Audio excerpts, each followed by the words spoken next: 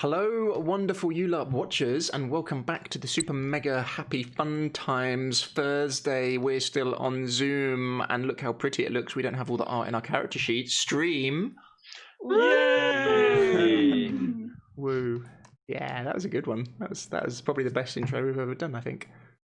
Hello, my name's Adam. We're a group of LARPers and Matt.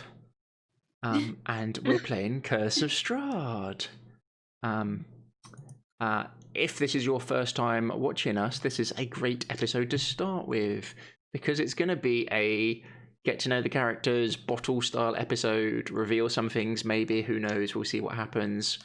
We're halfway up a mountain. So let's do the announcements. I've done absolutely no work on the one-shot adventure this week. I'm proud of that. Good. Yep. Hopefully this weekend, but I've got to do some work this weekend as well, which is always never fun. And we'll hopefully get that written at some point and then get some art for it. The artist messaged me and was like, I want to do more art for you. Can we do the art for the next adventure? And I was like, yeah. Nice. That'll be good. Banging. I think that's it for announcements, really. I don't think we've got anything else, have we? Do you want to plug Cricket some more? Oh, thank you for the dice, Critic. We don't have them, but thank you. Yeah. They exist in our hearts. And our original first one shot is available on Credit still, yeah? Yes, Yeah, yes it is. true. Yeah, how many downloads is it at the moment? 10 million. I've not checked. Definitely 10 million. It's Definitely Adam got 10 a million. bot going, just continuously downloading. It's just like constantly. and each time it downloads 10 million. I have no space left on my computer because it's the same one shot downloaded. We have 10 million copies of the same PDF. Just don't ask why I printed them all. Right, here we go. So I'll do a quick recap. Staying true to your word, you went with Casimir up Mount. Anyone remember the name of it, Matt? Hang on. It was I've got a map here somewhere. Gakis? Yeah, Yes. that's the one. Gakis. It's the Selenka Pass we're going up. It is indeed, and you made it to the gatehouse of the Sislenka Pass. The gates opened slowly as you approached, and behind them a wall of fire, which Eliam was able to focus and push through and dispel the magic briefly. Running through, you discovered a 3-story tower behind it, and then a long bridge going across the river underneath. The air cold, snow on the floor. Red was able to say that she doesn't think anyone has travelled this route for at least 2 months. May have been longer. She just said minimum of 2 months. You investigated the tower with Bronwyn and Hunter managing to climb in one round, annoyingly, all the way to the very top. Because having really fast climb speed is cool. Yeah. Yeah, it is. I just need to make everything twice as tall now. Breaking in from the top and going through the tower, you discovered the statues of 4 women facing out in north, south, east, and west, made out of solid metal with a shine to them, being about 10 foot tall in armor with bows. Also found some skeletal remains there and made your way down through the towers. The wind howls against this building while you were inside. You let the others in through the base and made a little base camp there and decided to go and get some wood so you can spend the night here rather than risking pushing all the way on to the what's known as the Amber Temple. With you is Casimir, a dusk elf. It explains that Strahd had wiped out all female dusk elves. In a rage, you're not quite sure what drove him to such a rage, but he did. And Casimir said he was coming all this way to make a deal with something in this Amber Temple.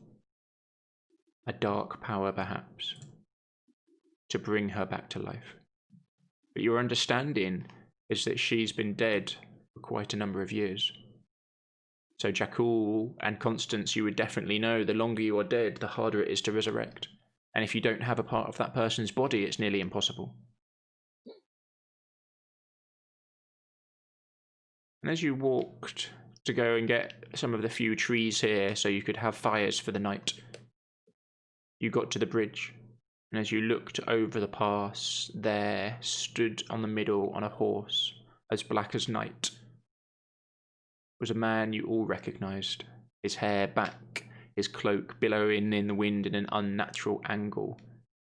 No sword drawn, as his eyes fix on you all. And that's where he left it. He's not moved, standing there on his horse. Exquisite leather armour with small areas of chain you can see.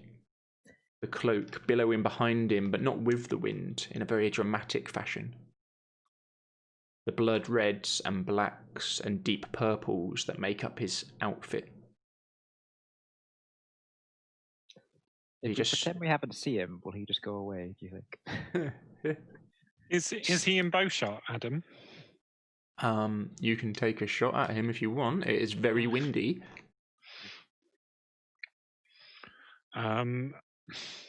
Elian will spit a curse and shoot him. Is the bridge, is it kind of we go round the mountain and then the bridge is as we go round it, or is it kind of going the other direction and the bridge is slightly across, and then if you were to go up the mountain you've got, you'd kind of go round and back on yourself, and this is coming out and then going across the ravine with the river underneath, and then he's on the other side. Okay. So he's sort of on the bridge in the middle. You only really see the bridge when you move a fair distance away from the... Exactly. And hey, Dish Pickle. And if you remember, there's this big archway, and on the arches are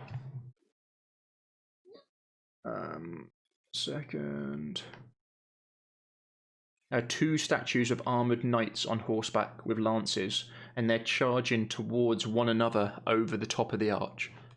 So you've kind of, if you remember the artwork, I don't know if I can show it to you. No, because there isn't any. It's more like either side, two towers and two towers, but they don't go particularly high, and then a arch with like a keystone in the middle, and then two horses charging towards each other over the top of the arch. Okay. And you can see at this distance Strahd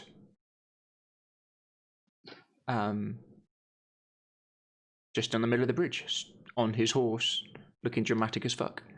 And I assume that arrow missed. Unless Strahd has an armor class of 11 or less. You never know. You draw back your arrow. He might be wearing his super cool looking, not so defensive armor. Yeah, it might be his dressed armor. It's a really awkward shot, Elian, because you've got this archway, and then you've got the bridge, and he's in the middle of the bridge. For you to like flat shot at him, you can't get the power behind it. So you've got to kind of shoot over the top of the arch, and then it's got to drop down on him. And as you shoot over the top, the air currents just catch it and pull your arrow to the side. You don't even hear it connect. So whatever arrow that is, just an arrow. It's lost to the void. He's not moved. Not your character sheet. It was the super special arrow. Nope, mission over. I'm going back to find the arrow. One arrow of vampire slaying. Yeah. It was the arrow that we'd specifically made out of Markovia's bone. And What do you do? Bronwyn, this is the first time you've seen this person, and you've seen the reaction of Elian just automatically drew his bow and just shot at him. Just loosed an arrow. Straight away. A couple of heartbeats, that was it. Yeah, face just clenched in heat. As you look towards him, Bronwyn, he's a very attractive man, Fisher. There's something very, very dangerous about him.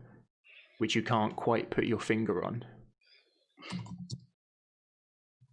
But at this distance, he looks like a very well-dressed, rich, high noble or lord or something along those lines, but better than you've ever seen before.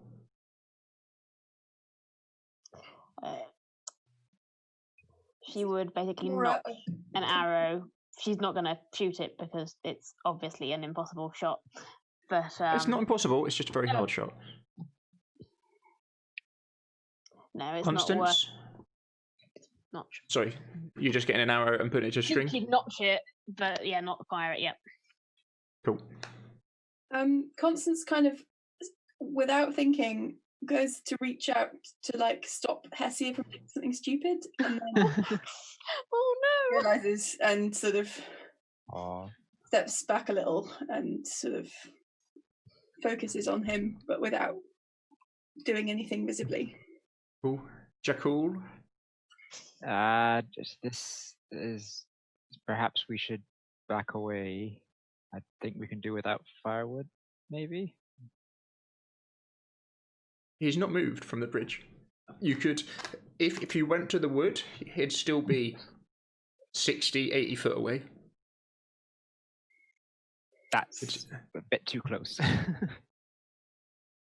I'm going to start walking towards the trees. Oh. Yeah. Yep. Ignore him. Carry on.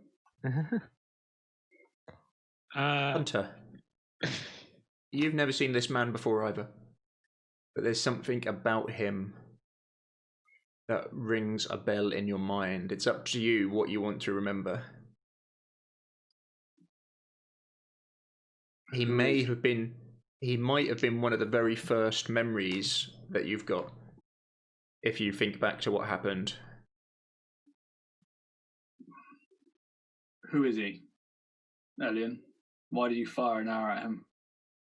That is the monster that enslaves my land, and I'll take another shot. While I'm actually, can I advance on, like, if I get onto the bridge itself, will it be an easier straight shot? Oh yeah, much easier. Yeah, because then you're not shooting over the top of anything. You're not shooting through a gap and then at someone like 60 foot behind it. Yeah, cool. So I'll advance onto the bridge itself and try and shoot him again. Yeah. This is Strahd. 24. This is Strahd. Does anyone have an axe? Yes, I do. A very good axe at killing plants as well. Yes. Yeah.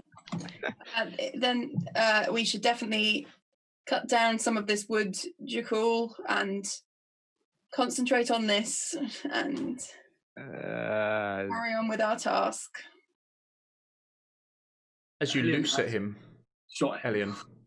Elian, you bring the bow down, you've got a much better shot now. Is Elian calm, cool, and collected, or is he? Not even slightly.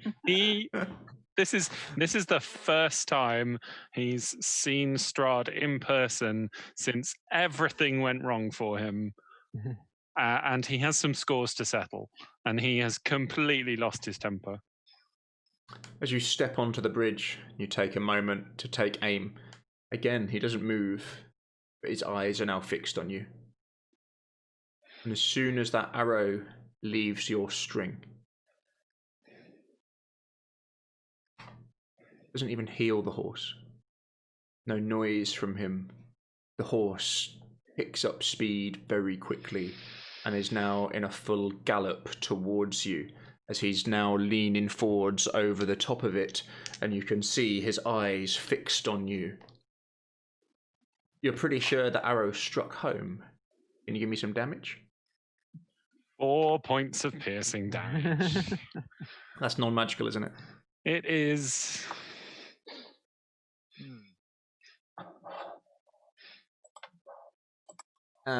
Bronwyn, the speed and acceleration from this horse is unnatural.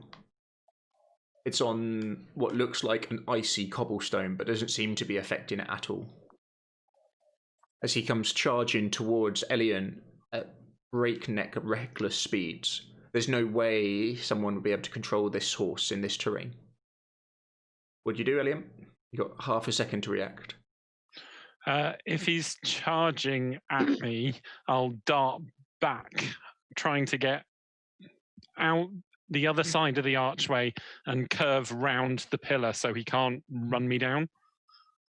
As you contemplate it and you look to your side and start to move towards it, somehow he accelerates even faster now. The speed he is coming towards you, as you look back and it's very apparent you are not going to make it out of in time. Lightning fast, he draws a sword with speed and is holding it up ready to thrust at you. And as he dives towards you, he thrusts, and as the sword hit touches you, he explodes into mist and fog and smoke and passes through you. And is no longer there. What? Red will go towards where he disappeared to and sort of start smelling, like trying to track if he was actually good. there or not. Give me a perception. Yeah. You've got advantage on this, yeah. You've got advantage. Yeah. That's 1. So that's a 20. I'll just do it again. That was a crit. Oh, wow. There's no doubt in your mind, there is no scent of him being here. It is windy and there's stuff going on. There's absolutely nothing there. Nothing there. That wasn't Strahd. Yes. See? That was... What is your word for it? Trick. Illusion. An illusion. Illusion magic. Elian, There is no smell of him here. Elian kicks a small rock very hard off the edge of the precipice. There's a good 6 or 7 seconds before it hits the water below. It disappears into the mist and the fog, and then you hear the plop as it hits the river beneath you. I think he just wants us to know that he knows where we are. Unless that's something to do with the bridge instead. Draw the magic placed on the bridge. Perhaps it is a way of keeping travellers away. I don't think anyone in their right mind would confront Strahd if they were coming this way. He says, looking at Elian. Let's just get the firewood and get back. Yeah, speculation. There's so much we can do. You should try it. I'm gonna go up to the bridge and focus on it and try and work out what it is. What the bridge is, or what? Using my grim Psychometry. Yeah, give me a knowledge history, please. History. We can change that to another word if you like, because I can't pronounce it either. That's all right. We'll get advantage, don't I? Yeah. Psychic stuff. So 11. Really playing drums right outside our window. Yeah, it's because it's Thursday night, so everybody's thanking the NHS. Say it for Oh, yeah. Thank you. I'll accept the round of applause now. I worked you, very Adam. hard this week. Oh. Yeah, I mean out the window. Why? We're currently playing a game. I only work there's from some sort of home. drumming going on out Someone here. is as well. playing drums. I can hear claps. Pretty sure I can hear a pots and pans being... Yeah, something's banging outside. Like, I feel quite bad because I can do nearly all of my job from home and I need to go into work like 1 day a week. Sander has currently worked, I think it's 22 or 26 days straight in the hospital. What? And in total straight, she's on like 32 days without a day off now. Wow. And it's like 22, 26 days straight. And where she's been in the hospital every day. And remember, we had bank holiday Easter over that as well. Yeah. So she did Friday, Saturday, Sunday, Monday. Full. Unreal. She's a maniac. I thought she could work remotely if needed. She's in Silver Command.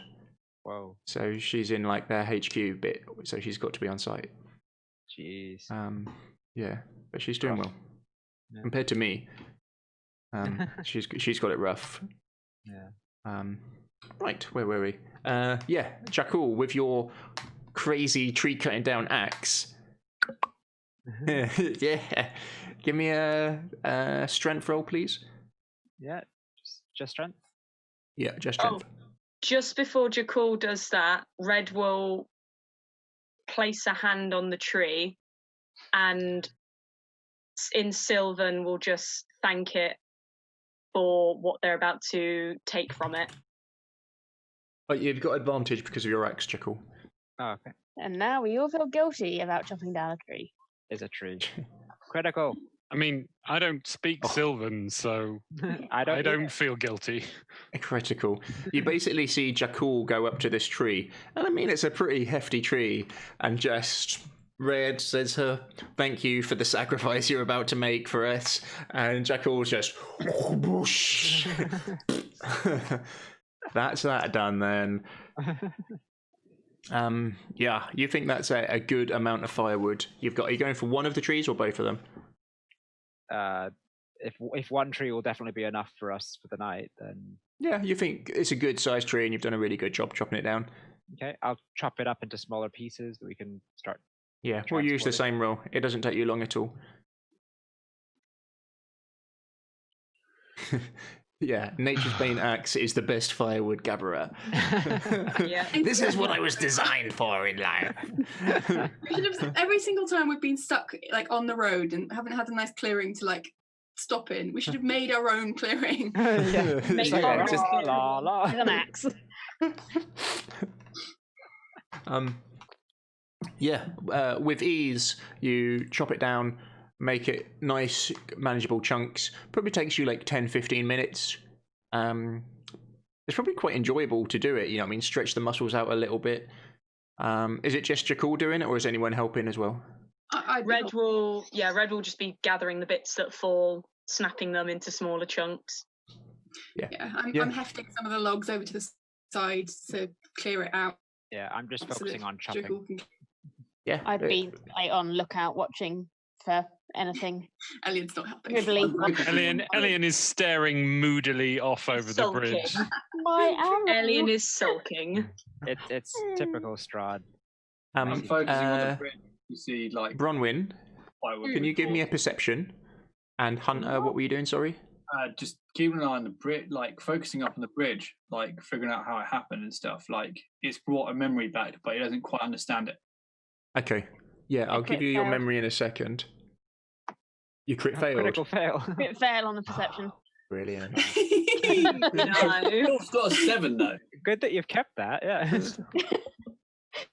With a +6, I'm still crit failing the perception. Yeah. I love it. Our tradition.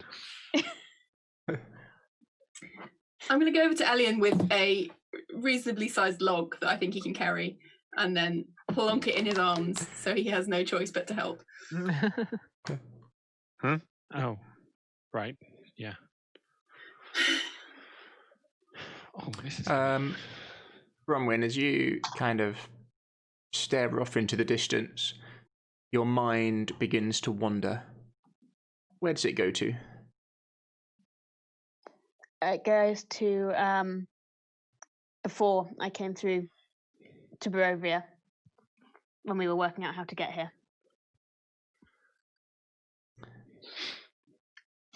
You remember a time where you were with Sir Istevald and one other person. Who else is with you? My lieutenant, second in command. Are they happy you're going or upset? Happy, excited for the challenge, trying to help. As Sir Istevald's there. Now, do remember, I don't know of anyone who's ever come back from here. Are you sure you want to come with me?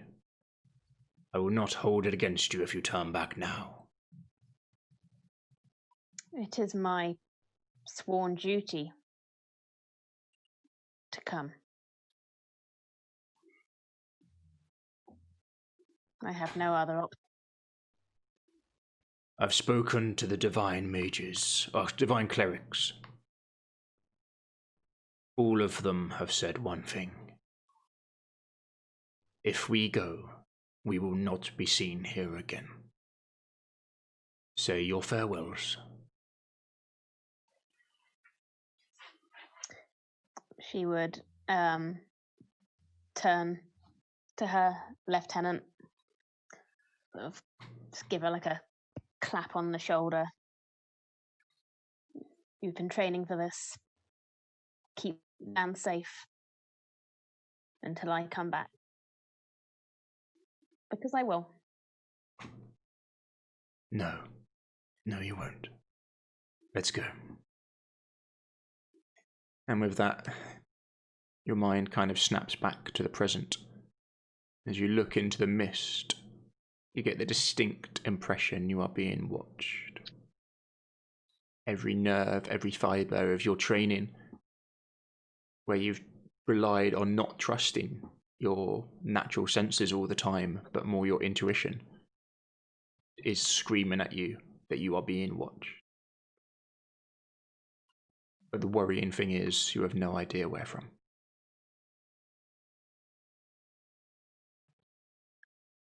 Hunter, you look over to Bronwyn and you see her completely lost in her own thoughts.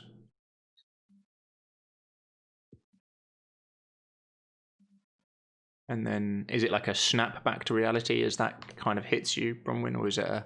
Yeah, she would. I think she probably would have had like her hand like loosely on bow and arrows, but it would have just been like bringing it back up again, going back to being sort of on point.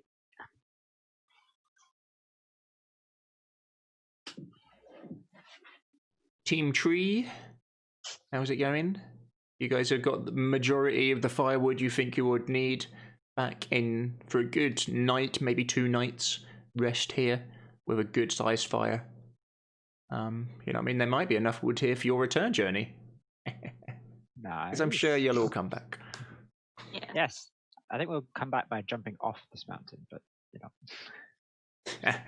Fly! We too could be like Alien's arrow. What? Ultimately pointless and never seen again.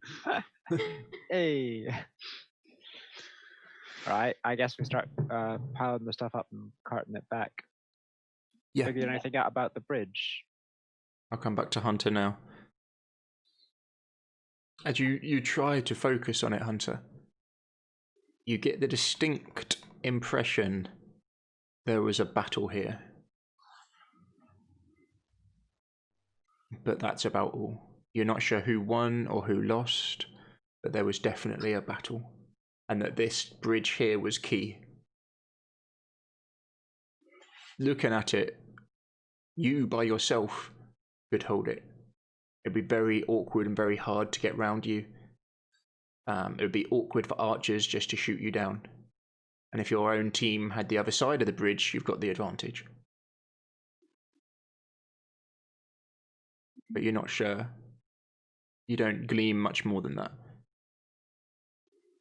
No idea on time, nothing like that. There was a battle here. Okay. Does Strahd always look like that? I ask Elian. What do you mean? Like, didn't the Dust Girls say that Strahd conquered this land? When he was human, yes. Some 800 years ago-ish. And who ruled Barovia before then? Barovia didn't exist before then, not in the same way. There were some tribes of people who lived here, but I believe Strahd and his army wiped most of them out and drove the rest up into the mountains to the north. Those few that remained. He brokes no opposition to his rule. Would this be the way he came in?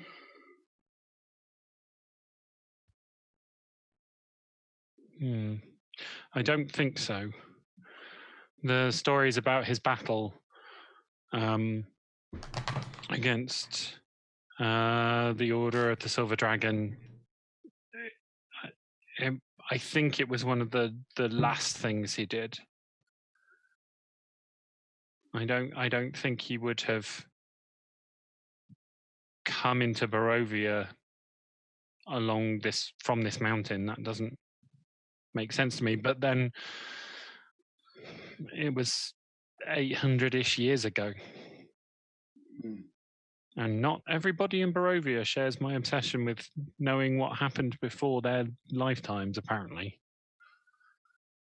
And those that know and are still alive don't like answering questions. Which is just one of the reasons I find him irritating. Strahd or the Dusk Elf? I was talking about Casimir. Strahd, I have... Irritating doesn't cover it. I think you made me. Strahd? I have a memory of his hands on my heart. And then he turned the moon whole.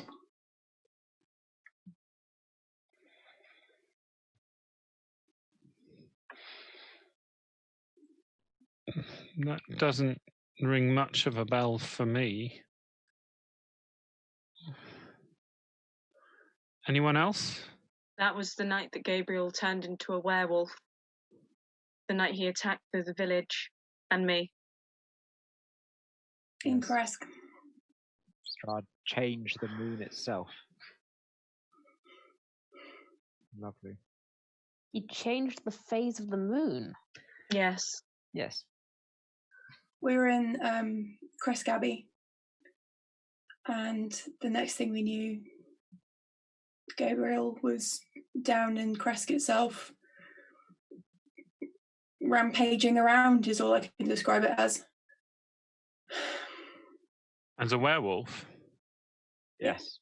As a werewolf, while Strahd pretended to be Gabriel himself. The first change is usually difficult. Yes, we know. I think they're speaking from experience. I don't find the change difficult. Well, we don't know what you are, Hunter. And this is definitely not the first change for you.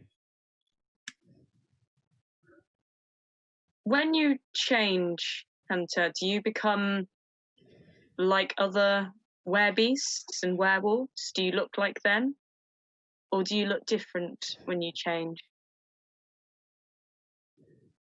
I've never seen myself in a reflection when I change. But my hands are more like these. And he basically... Do you feel like you have more control over yourself? Other were creatures seem, I do not know the word, feral. No, this is why I need to kill the other ones, because they are feral and have no control. And Strahd seems to be able to control them more. You retain your faculties when you change. Yes, and much more. I have more power than them.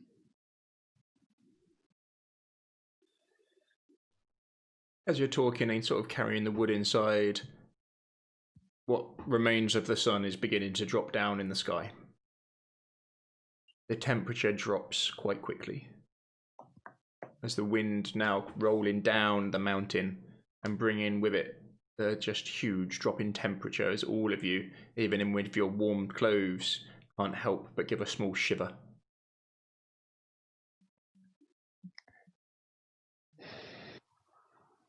It doesn't want us here.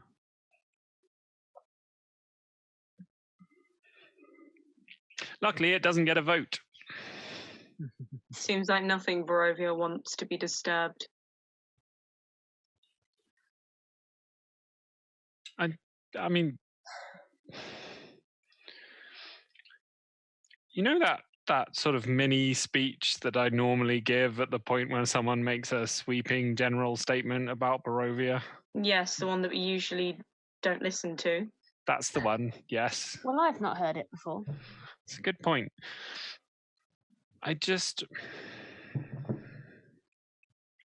You may have seen the good in Barovia. We have not. We've only seen the worst of what humanity has to offer in this place. And that's why I feel I have to keep reminding you that it exists here. It's too easy for people to just see the dark. There were good enough people in Kresk. They were kind enough to me.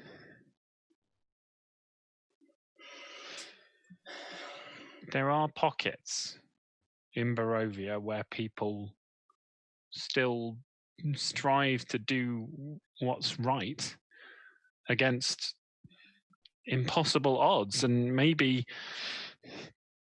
they've been beaten down, maybe they've had the fight stripped from them by years and years of crushing darkness and rule, but that doesn't mean they're not worth fighting for.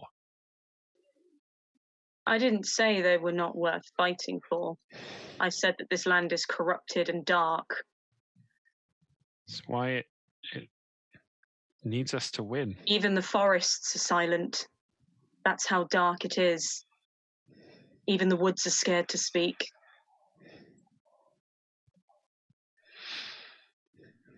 It will come back. It will get better once we slay Strahd. I plan to. He's taken a lot from me. Does Elian believe that? Matt? It's partly belief and partly hope. Okay. Like, he doesn't know, but he blames Strahd. Strahd to him is a personification of everything that is wrong in the valley. And to him, destroying Strahd is lifting the curse that lies on the land.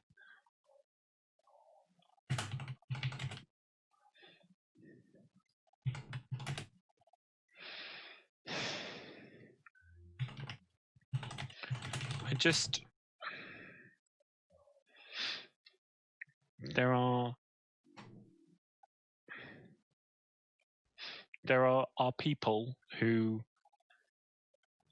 deserve a chance to live a life free from this evil. And that's what we're doing. Whether we choose to or not. It was my understanding that you'd chosen this course of action, that this is what you wanted to achieve. Or is this just because you can't see any other way to get home? I never wanted to come here. I was perfectly happy where I was. What did you do before you came here? Like, we know that you had your wolf and you're part of a pack, but what was it As you Constant asks that question, the door to the tower is pushed open from inside, and you see a very familiar dusk elf there, looking glum and grim-ish, as he kind of looks up towards the mountain. Close the door, you're letting the heat out. We need to come inside. I think there is a storm coming. Good thing we found shelter.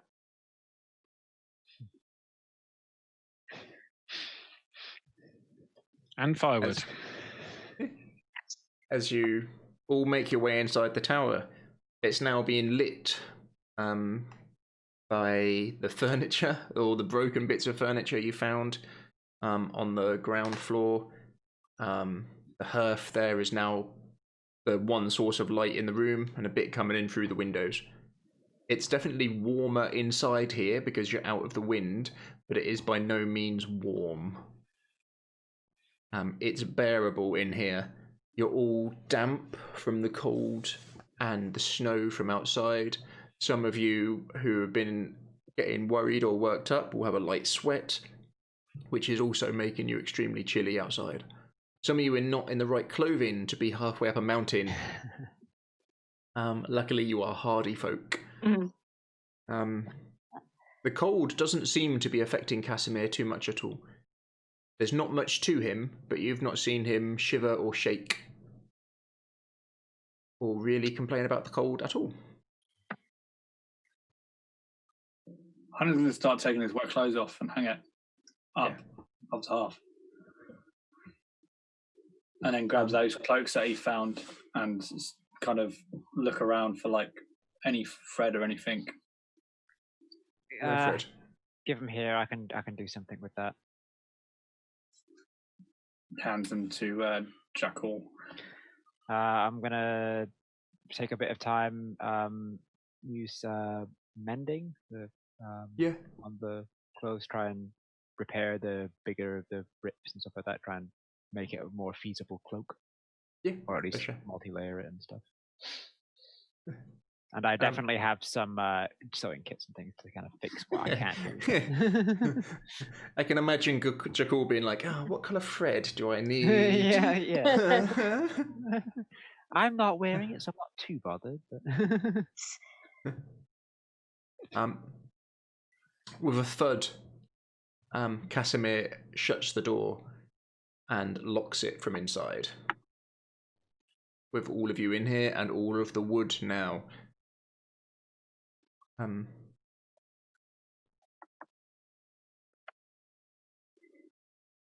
This seems the right choice to stay here for the night. Yes. Shelter out the storm. Saw outside as well. We will rest and move at first light. Being as we're staying here, we should probably eat. Yeah. Sure. Do you need me to create some food for us? I mean, we have rations. Yeah. Okay. But I think we do with the rations. But it's good to know that we can do that if we run out. Yeah. I mean, the rations will last if you have the spare. Yes, I have the spare. I don't know how it works for you, but I get tired. If you've got the energy to do it, or if I don't know, your goddess will deliver food. I have the energy to do it, and it will save us some rations. So, thank you. That would be really nice. There you go. It's 45 pounds of food and 30 gallons of water. 45 pounds of food? Yeah. 45? Do you know how much 45 pounds You've got is? 90 pounds of food and 60 gallons of water. It can sustain 15 humans or 5 steeds for 24 hours. Can you describe what this looks like? Can you describe how he does it? Because I want to know, like, it's also bland but nourishing. So I imagine it's all very sort of grey. Yeah. It's kind of just like a lot of porridge. Like tastes like very dry bread. It's kind of not very, and like water, but not fresh water. Kind of water that's been a bit stagnant for a little while. Not mold, but It's like the glass of water that you've left on your nightstand overnight. Yeah. The water doesn't go bad. The water's fine. It's clean. It doesn't go bad. It's clean. Yeah. But I mean, like, it doesn't taste like fresh water or anything like that. It's bland. It's like you that. Don't get any of the like. Yeah. Sort of. Yeah. It's more sort of like. Yeah, I don't feel thirsty anymore, I guess. Feast of stale bread. I feel like it wouldn't do that nice thing Amazing. when you drink some crisp water, like, and you realise you haven't drunk it for a while, and it just sort of chills your entire inside out, and it's like, oh, this is nice, pleasant sensation. It's not disgusting to eat, but it's not lovely to eat, and it's just kind of like, I feel full now. It's nice. Well, we've got a lot of it. So we can mix this. It only lasts a day, so it'll disappear on its own. Good to know.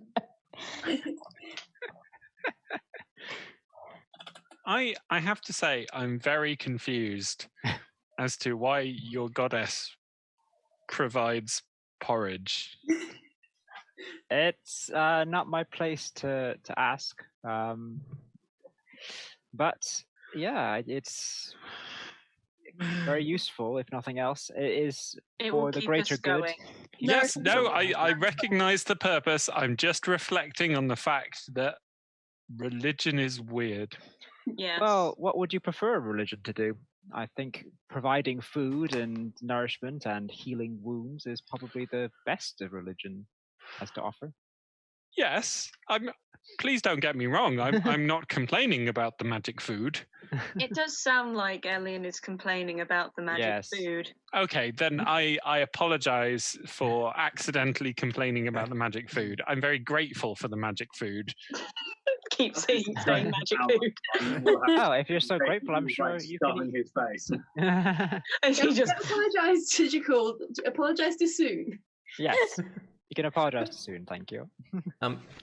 Can everyone just give me a brief description of their kind of demeanor at the moment, how they're kind of holding themselves? So Casimir is cloak off, trying to dry it down. You can see he doesn't wear any armor underneath his cloak. He's got a belt with a saber attached to it. You can see his face now in the firelight. He looks, you know when you see a very mature gentleman who's a bit underweight and they're very distinguished in the face? Imagine that, but he looks about 35, 40. Sure. So he's really, the cheekbones are, there's no fat on his face at all. His hair's at 35 sort of look. What, sorry? Charles Dance at 35 sort of look. Yes. Yeah. You see him lost in his own thoughts for a second as he is playing with something in his fingers and staring into the fire. As he pulls out his very small little kettle and his one cup, which he's brought with him, and some kind of tea-style leaves, loose variety, where he plans to make himself a cup of tea, and is boiling the water. Let's start with Red. Red has taken off her shield and her spear and has laid it out next to her so she can sit down properly, but it's within hand's reach. She's sort of hunched, squatted down, and not using bowls or anything. She's just grabbing the food and sniffing it a bit gingerly, but eating it all the same. She's used to eating things that are, carrion and things like that. So she's used to smelling food. There's a weird smell. Well, the lack of smell to it is the weird bit.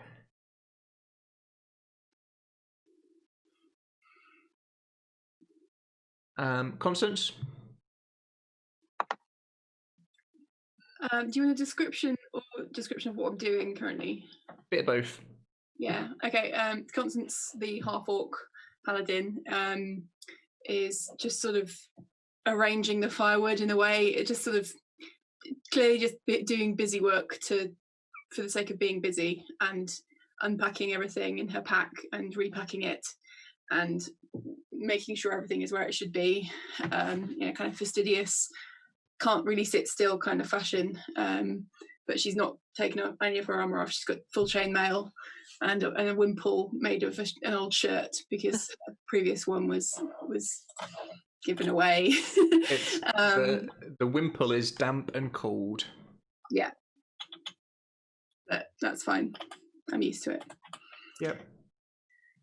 Hunter? Hunter is currently shirtless and trouserless and armor off and then hanging up. He's just standing there. Naked. He knows that he needs to get this clothes need to get dry. He's athletically built, hairy. There are wounds on him, wounds that you've probably seen on Gabriel before when he doesn't have his. But there's a few missing. and he is there just scoffing the food. Like as soon as Jackal made it, he's the just nude man crouching over the like- food, going.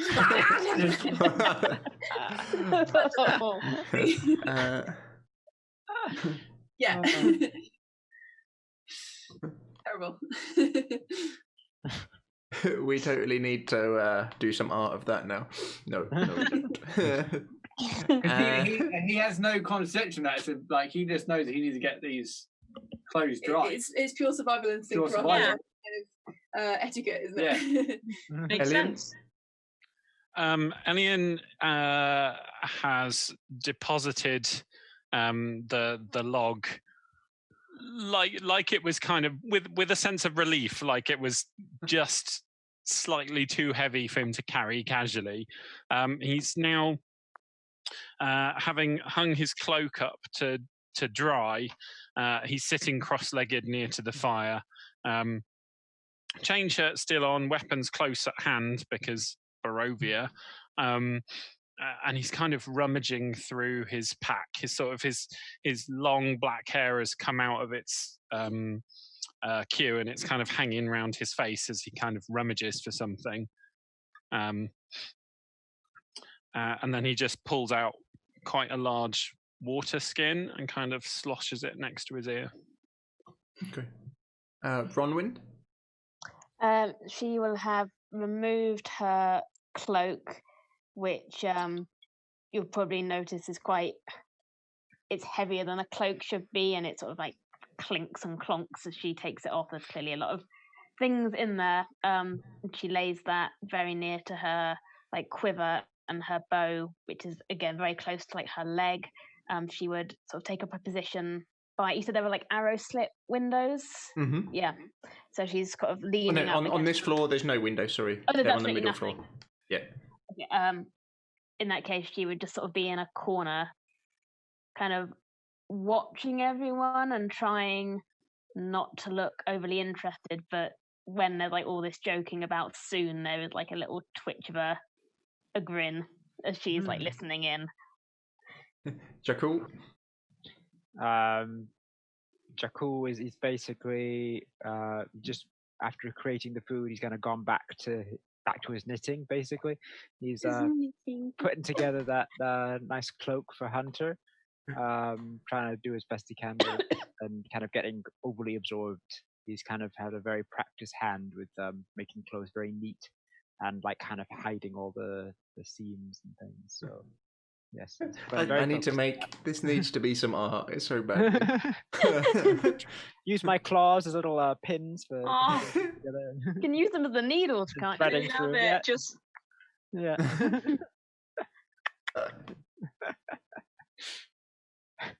As most of you are lost in your own thoughts, the whistling of a kettle, and Casimir looking up from the firelight as he makes his way over. With only kind of one main light source in the room, as it catches him, you can properly see his features now. This is a man or an elf who's seen an awful lot. And you can see it in his eyes. He's not hiding it at all. He makes his way over and calmly and slowly starts to make himself a tea with that kind of absolute trained perfection of I've done this 1,000 times. There's this almost ceremony-like to it.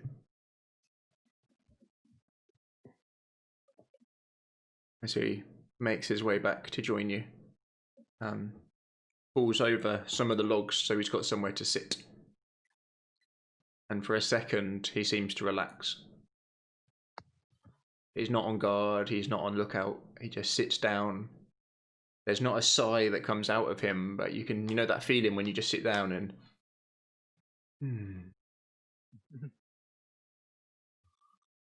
He just calmly, rhythmically is just stirring these tea leaves in his cup. Would anyone like some wine? I have some Red Dragon left. If anyone would like some. Red sort of scrunches up her nose.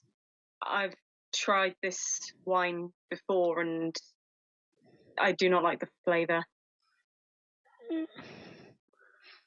Maybe it's an acquired taste where you come from, I suppose. I've never had wine before.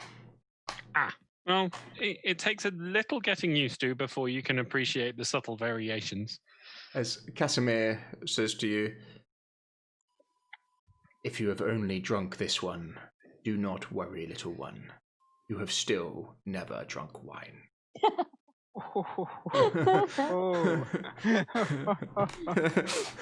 I'm sorry, what? Shots fired. Isn't that supposed to be like the best wine that they make in those as a wine? No, Chateau Le Stomp is. Oh, Chateau Le Stomp. Okay. It's the second best. Second best wine, yeah. I There was will have a small amount. Do we have I- a way I'll of warming it? Got a fire kettle? I missed that, sorry, Key. Bold one. It's not our Do we have kettle. any no. way of warming it over the fire? Yeah, for sure, yeah. You've got various pots and pans with you. You've got your travelling kits with you. Rest kit. Yeah. Cool. Yeah, you can warm the wine up if you like. That'll probably make it much nicer in here. I mean, to be fair, it was probably better when it's not partially solid. But, you do what you can. And what was it I was going to say to you, Casimir? Oh, yeah. Fuck you. You arrogant prick. Brilliant. Elian, I relieve you of your debt. Thank you for coming all this way with me. Please do not feel you have to travel any further with us. Well, unlike you, I care about the people in this room with one notable exception, so you're stuck with me for a while longer. Shakul, can I borrow your axe by any chance? Sure. I The kind of same just way- gesture to it, but keep Why? just in the way. Still eyeballing Casimir. He kind of looks Me at- after that. He's looking into his tea, just gently stirring it, as he says, the same way you cared for those people who attacked Ravenloft without you. And just twists his head and makes eye contact with you. Well, I'm just going to. Elian throws his drink in his face.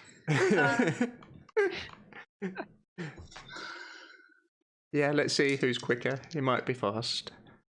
What's going on? Just give me a dexterity and see if you're quicker than he is, because he's looking at you. You probably got him. I think that will do it. Just a straight dex. 10. No, you've got him. You've got him still. You've got Sweet. him. Oh, It's okay. not. He tries to dodge half to the side, but it does kind of hit him. What did you throw at him? Cup of wine. Red snorts. He Oh. he kind of, his tongue kind of does this. Yes, very close to being wine. They're getting better. And then so he does something you weren't expecting. Well met, Elian. Martikov. I have limits, Casimir.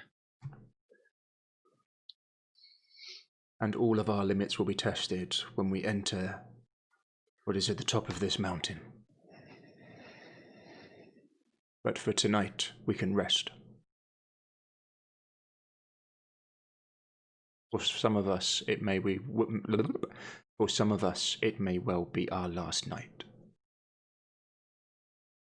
Now let us spend it amongst friends.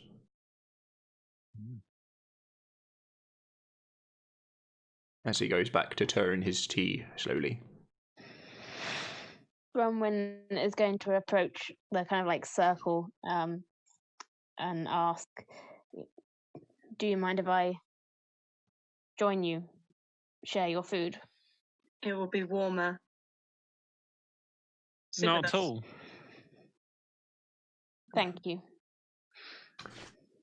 It's taken a while for like the fire and the hearth to, it's quite big, to kind of properly heat up and then heat up the stones around it, so it's like emanating a low heat. But after maybe, so you had like a low fire in it and then you brought in the big logs It's starting to warm up in here a little bit. You can hear the howl of the wind going past and over the top of like the chimney and the windows upstairs. It's not a comforting sound, but it's also a sound where you're very glad you're not outside. You can see your clothes just gently giving off a steam now as they're starting to dry off.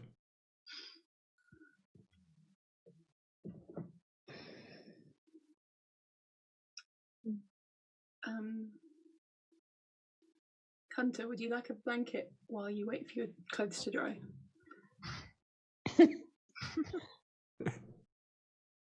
I've given my blanket and the cloaks to Jekyll. Would you like to borrow this one? Okay. So you don't freeze. Quite warm. It's not warm. It's not warm at all. I'll take it. And you are naked. Yeah. Sit down cross-legged.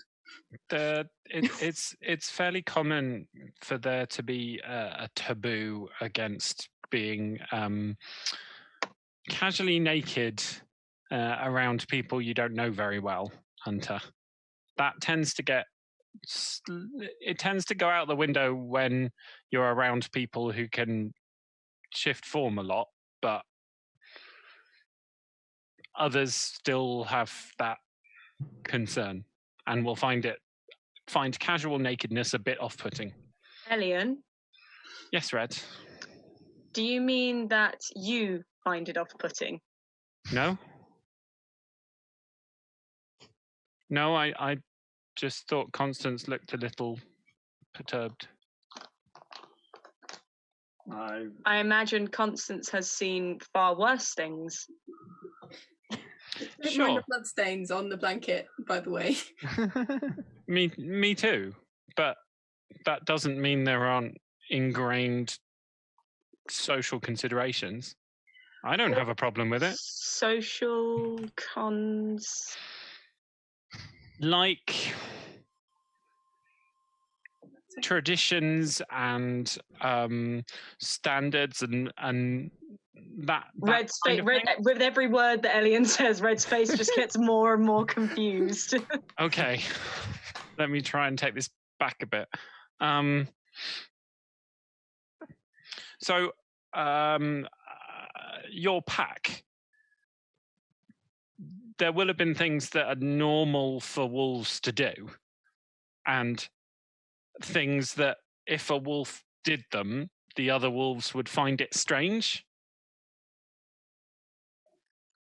It's on that kind of level. But also I was what I am, running with a pack of wolves, so is that not in itself strange? You are definitely out of the ordinary, sure. I think I understand. What if one of your wolf siblings just one day started wearing a full set of clothes? They have fur, why would they need clothes? Oh. Yes, exactly. It doesn't quite make sense. I think I understand. The analogy isn't perfect, but I think I understand. If Wolfkin attacked one of the pack or killed. Yes. But a little bit less serious than that. You clearly have not lived in the wilds. Maybe if one of them started to prefer eating grass to prey animals. Well, that'd be very silly because they would die. That'd be very silly. What I am getting here is that neither of us, Constance, know enough about wolf packs to form a proper analogy. I understand. It's rules. Yes? Sort of, yes. Like rules.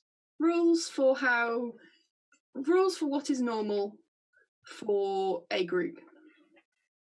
Yes, I understand. Rules that you don't ever talk about.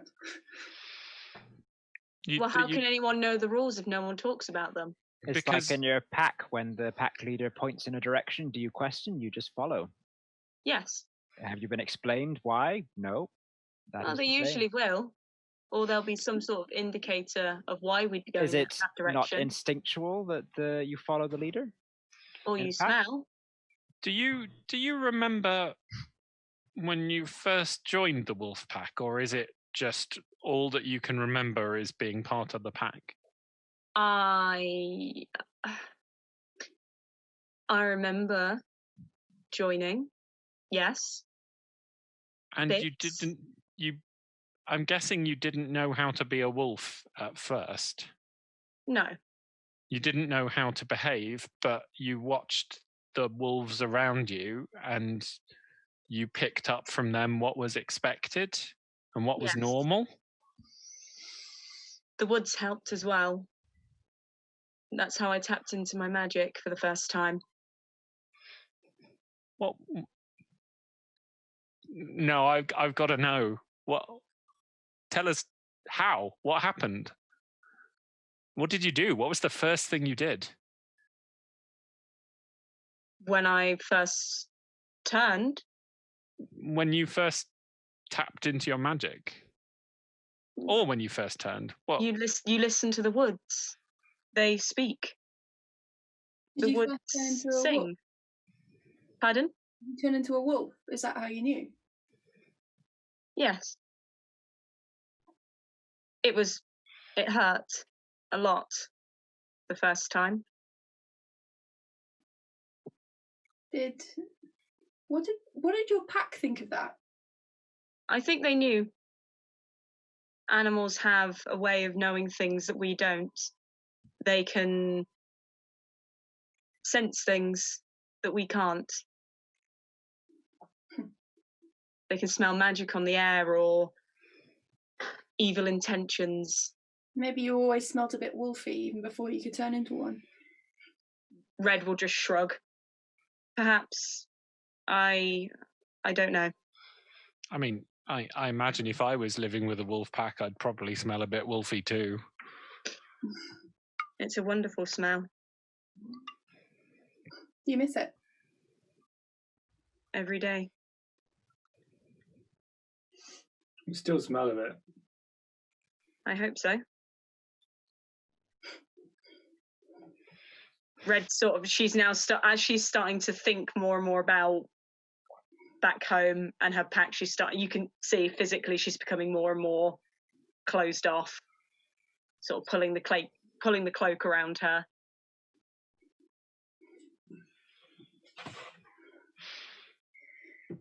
Do you want to give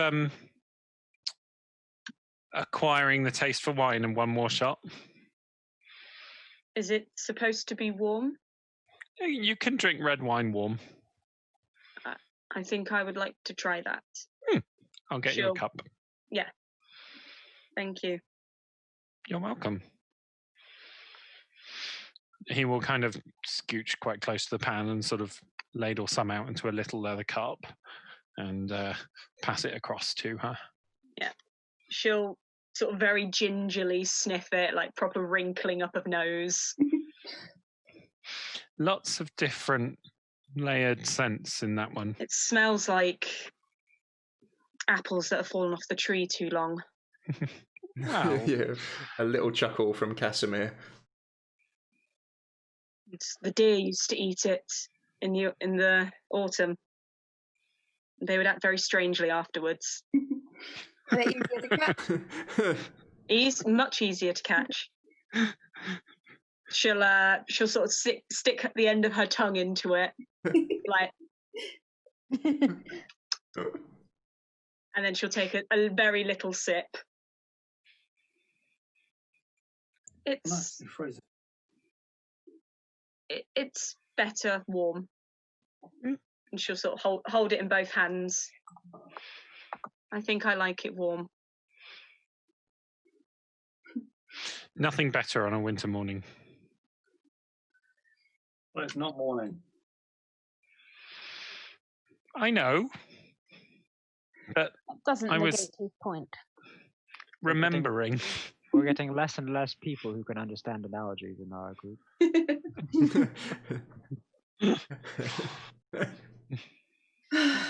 I like to think it.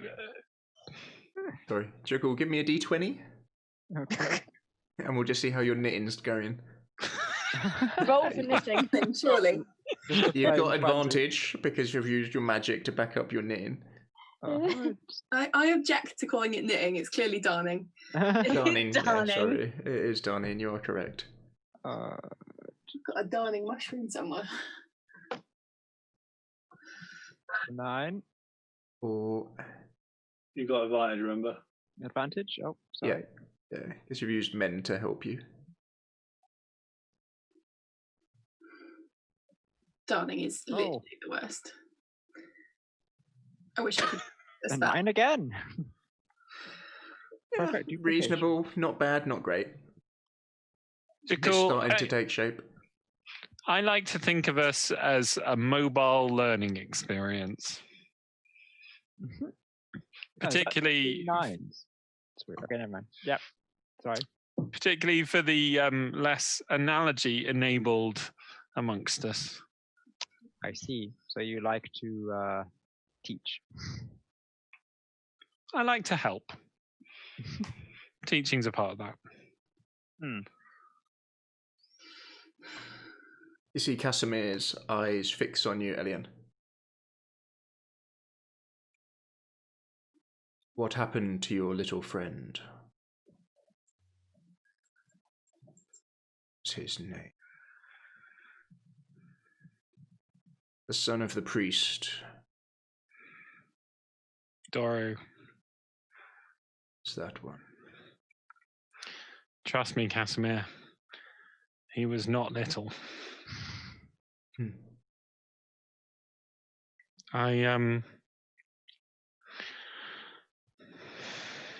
Strahd killed him. Really? And Escher too. And Bella. He turned Bella, I think, from what Erwin was saying. It's unlike Strahd just to kill people.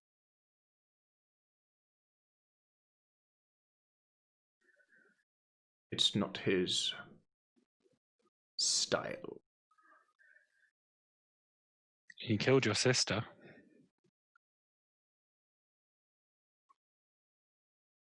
Didn't he?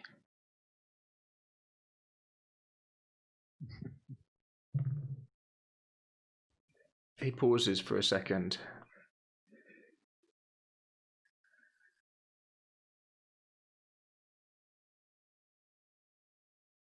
Yes.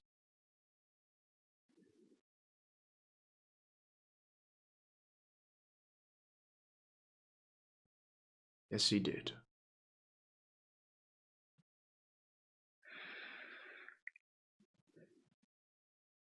By his actions, there was no choice. As he kind of shakes his head for a second.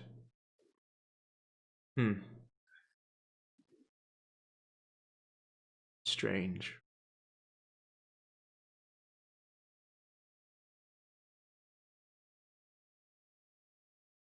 I will go and keep watch. Enjoy your last night. We leave at first light. You see the hardness come back to his eyes and mouth. As he grabs his cloak and wraps it round. It's not fully dried yet. Pulls the hood up. And again, you see it coming very low over his brow. And he makes his way upstairs. And those of you listen would hear him open the trapdoor and close it behind him. Stand on the roof. You would know with the sun, those who went up on the roof, you would know that is going to be blisteringly cold up there right now. Like, unbearably cold. Like, he's going to be an icicle cold. Is he usually like that? It seems so. Pretty much always. He likes to needle.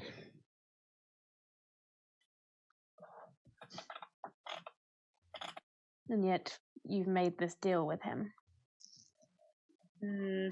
Not quite. Some of us didn't make that deal.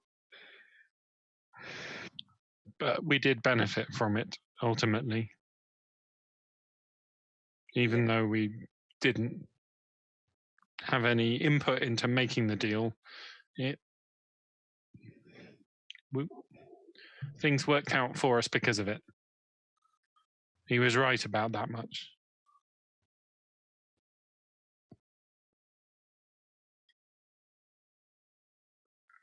What deal was it? Who made it?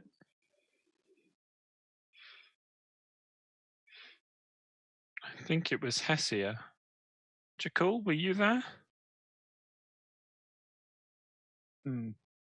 Sorry, I was distracted by my knitting. What was the question? Were you there when the deal was originally struck with Casimir to come here? Yes, it was. We were hard pressed to get to our companions who were talking to us through some sort of spirit realm, and he gave us a way to get there quickly. It was not pleasant, a very hard dash through the woods, but we had to make a promise to him, and we did.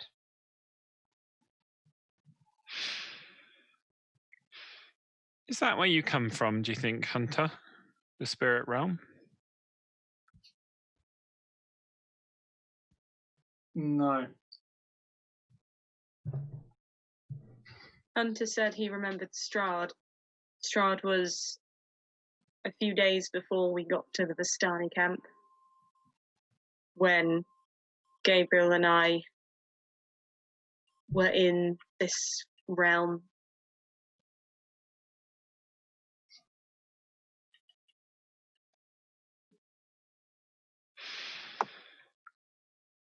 So, Hunter, you have some memories from Gabriel then? Some. But you are your own person. I'm not so sure.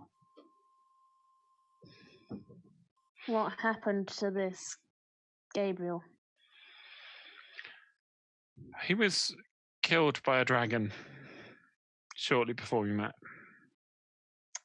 It is, I believe, rare to come back from being killed by a dragon. Yes. Elian looks sheepish. And yet we have one such miracle among us as well. The miracle is the god of justice and hammers, not mine. Yes. Tyr. Still a miracle, nonetheless. Yes. I liked Gabriel. He made some very poor decisions, but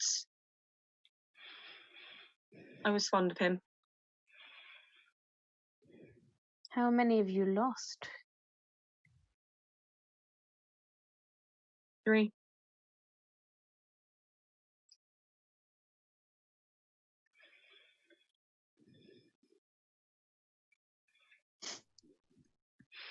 Who did you lose before? He has no name in your tongue, but the others called him Wolf. One of Red's pack, I believe her pack. Not just leader. one of my pack.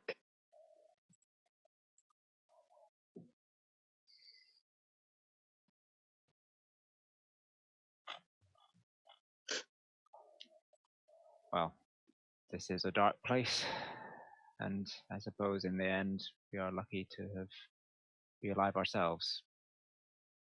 All things considered. If he didn't die, we all would have. That's the only good thing I can take from his death. A rose and a fawn. Hmm? A rose and a fawn. The names of the children. In the house, that's one of Gabriel's memories. There were 2 children who had died. Rose and Thorn.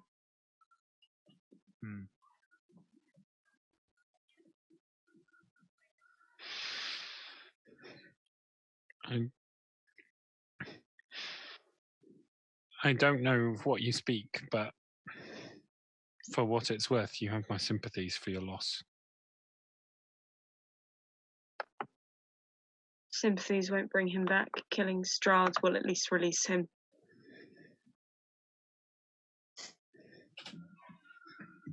And many more besides.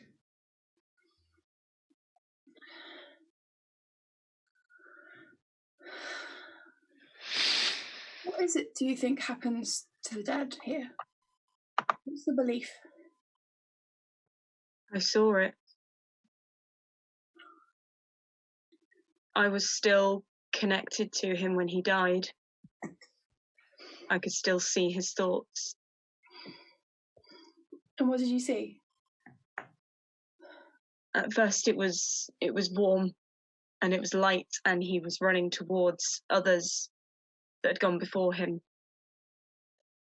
I still remember them. Some that had died far before, I remember. And then it was like tendrils of darkness grabbed him from all sides and pulled him away. And then the connection was lost. And was that Strahd or was that the Night Mother? I don't know.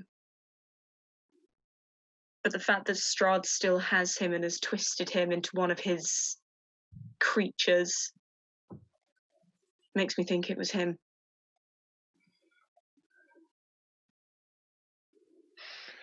We'll free him. And everyone else. Bronwyn's gonna go back to her cloak and pull out like a little tinderbox type thing, which he's gonna bring back to the circle and hand over to Red. And inside there's just a load of kind of quite old pressed leaves from the forest. And she's just gonna say, these remind me of home. She'll open the box and she'll breathe quite deep to get that smell. They smell alive. This place smells like death. Hold on Thank to them you. for the night. That is very kind of you. Thank you. I know what it is to know the heart of the forest. Where is home for you, Bronwyn? Where do you come from? The Mistwoods? Sounds ominous. No, they have their troubles, but they're beautiful. Every forest has its troubles. They're dark places. Adam, is that a place that we will be familiar with, those of us from outside Barovia? It's the same realm as all you guys. So the Mistwoods was where Red was from the Mistwoods. You wouldn't have called it the Mistwoods though, and it was the very large woodland to the Never Eat east of Daggerford. That huge. Never eat. Never eat.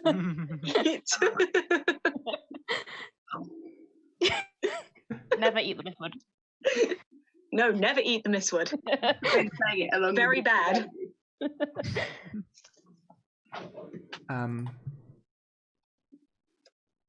Yeah, so it's from that area there. Yeah, she was from the same realm as Constance and Jakul and Red. And what's it like? The woods? Yes. They are huge, sprawling, full of danger, but also full of love and harmony. Many races, many families call them home. And it's a special place.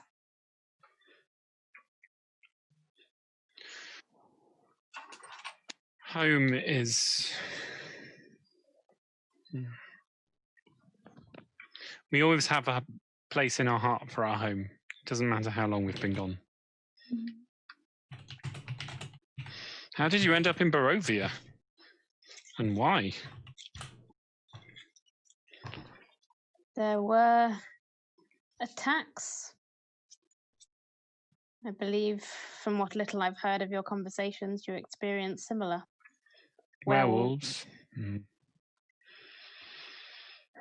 I received a letter from Sir Istival, the man I was with in Kresk, seeking help, calling on my aid to protect his lands. I arrived, but I was too late. They'd already gone back through.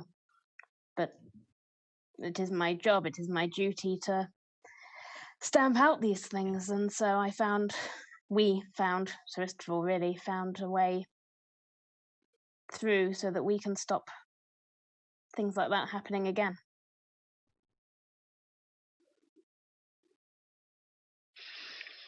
So you chose to come here? Yes, as I say, it is my sworn duty.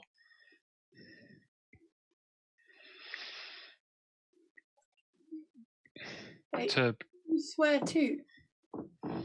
You say this is your sworn duty, but... To the kingdom.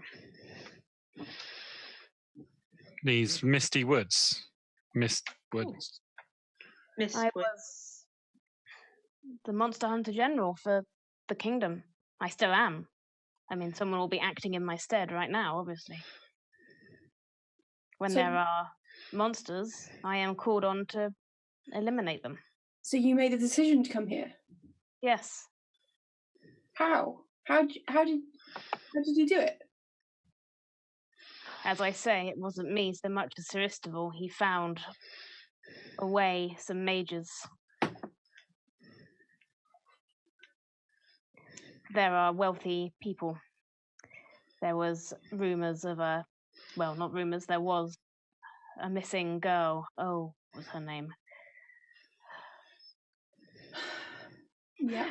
Yeah, I believe she is. What was her name? Passed away, I'm afraid. Eliza. Eliza, thank you.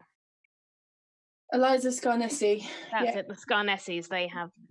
We know them. They had money to help us in return for finding out what had happened to their daughter. Well, that part of it isn't a problem. It's more returning to let them know what had happened is really the sticking point in that quest. Well, my quest for now is to rid the evil. Once that is done, then I shall worry about the way home.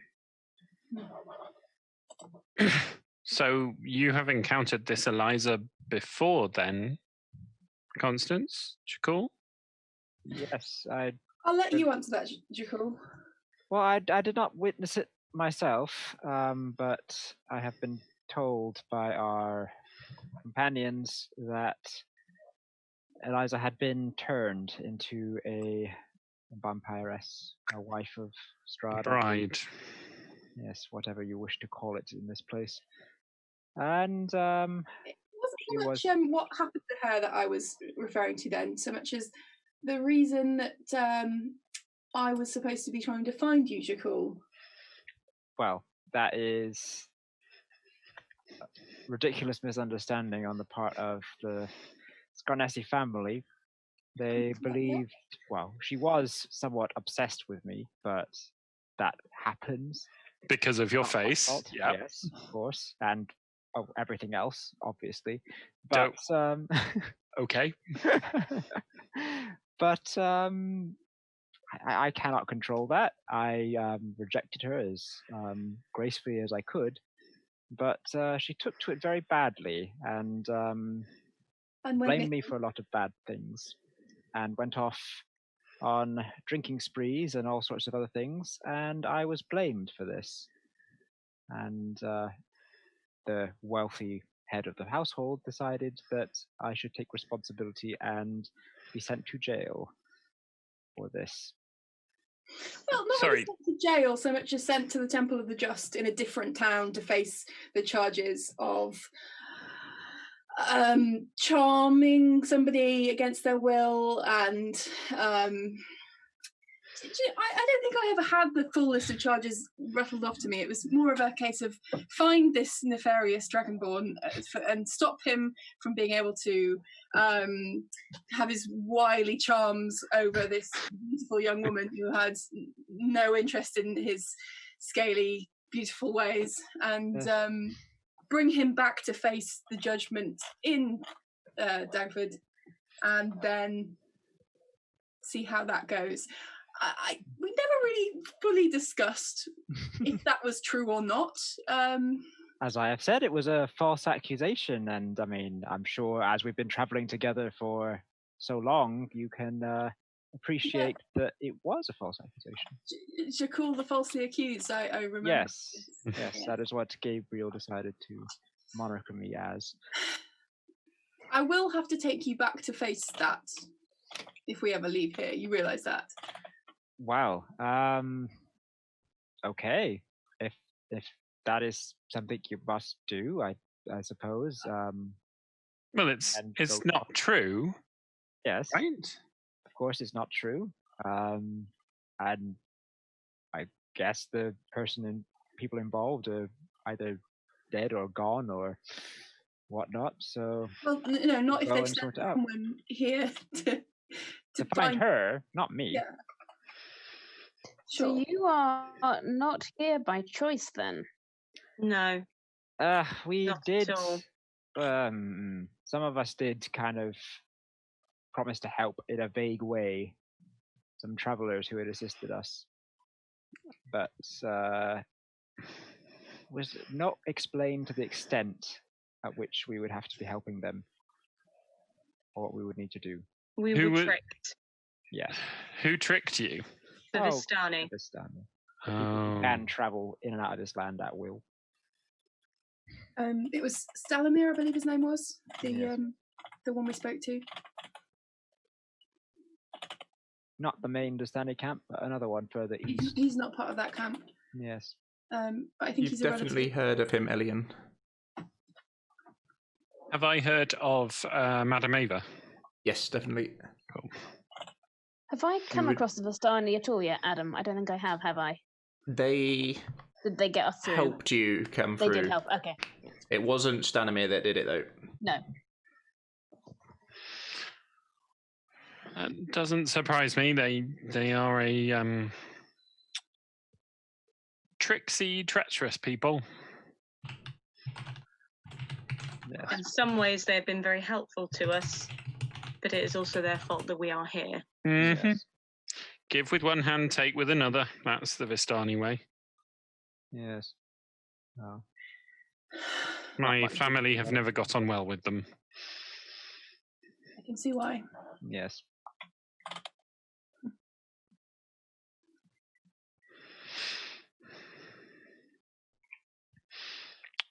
So, you were tricked into coming here by the Vistani? Yes. In a manner of speaking, they asked us to free their land, not saying what land, from a horrible tyrant. This isn't their land. Yes, well, they told us... It is the place they call home. Yeah. They regaled us with the story of a charming prince who had fallen under a curse and needed to be stopped. And, as you can tell, that charming prince is Mr. Strahd. I kind of touched my neck slightly after saying that. Mr. Strahd. Mr. Strahd. Go around and sit, boys and girls. Let the fire warm away your hearts. Peer in the green flames, yes, oh green flames. I tell you the story of our gracious Lord Strahd. We were banished and beaten. We were pursued and bruised. We had no home, no land to live in, and we were free and loose. One night a horse neighed, tore through the wind, a mighty steed that carried on his saddle, a rider in the rain. He was bloody, he was dying, he had a royal white face. It was Strahd, the fallen knight. He took him under our care, tended wounds for weeks, and when he finally woke up, firmly did he speak. I am the Lord, I am the General, I give you my hand. Help me, and I will give you my land. We raised our forces, and battle we've flown. We stoked, we killed, we fell as he spoke. And the battle was won, and his head held high. He looked at us with fire in his eyes. You have battled, you have helped me, I owe you my life. I am a gracious host, I will never lie. My land is yours, you come and you stay. You can leave when you choose, you always will be safe. Peer at the green flames, yes, at the green flames, as they dance in our camps, girls and lads. Remember the story of our gracious Strahd. And all of a sudden, he will just kind of like bang out of looking into the flames. Is that Hunter then? Whew. Well, that was poetic. That sounds like a Strahd praise song to me. Sounds like a Vistani song. Yes, Vistani praise was- Strahd. A woman was singing it at me. This is more of Gabriel's memory. Seems likely.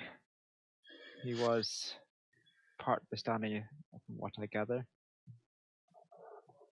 I think his mother was Vistani, if I remember rightly. I believe so.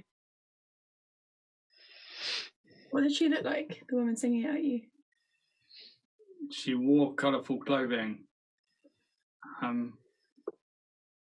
brown hair, or maybe black.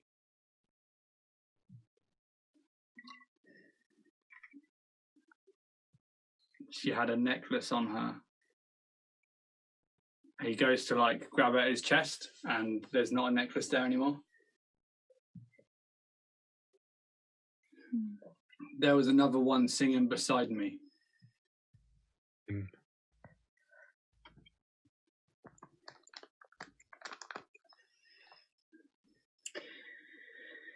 Oh. So is this Vistani land or not? I thought the Vistani couldn't leave. The Vistani can come and go as they please. They're the only ones in the valley who can. Does Adam know that he is not muted?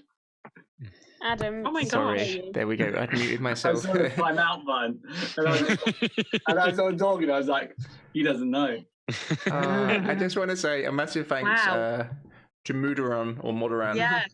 Modaran, yeah. and Aaron. And Aaron. And Aaron, wow. who built us up to Wow. 15 subs, and then Aaron has gone nuts and pumped us up to like 25 subs so we can have the red. Yay! No. Full house!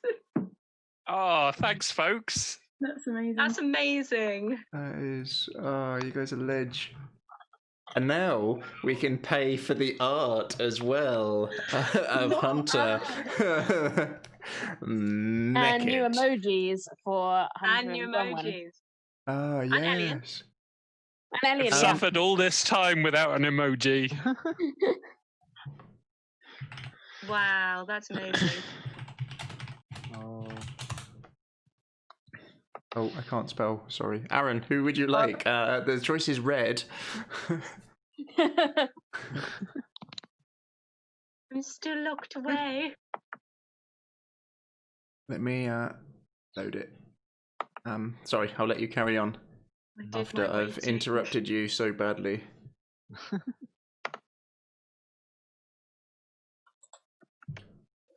So, Jakul, Yes. You're goddess of beautiful things. Of love and beauty, yes. Right. Yes.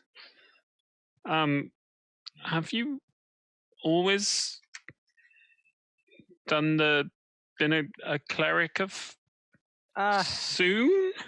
Not always. There was a time when I was quite young, before my beauty was recognized by the wider world.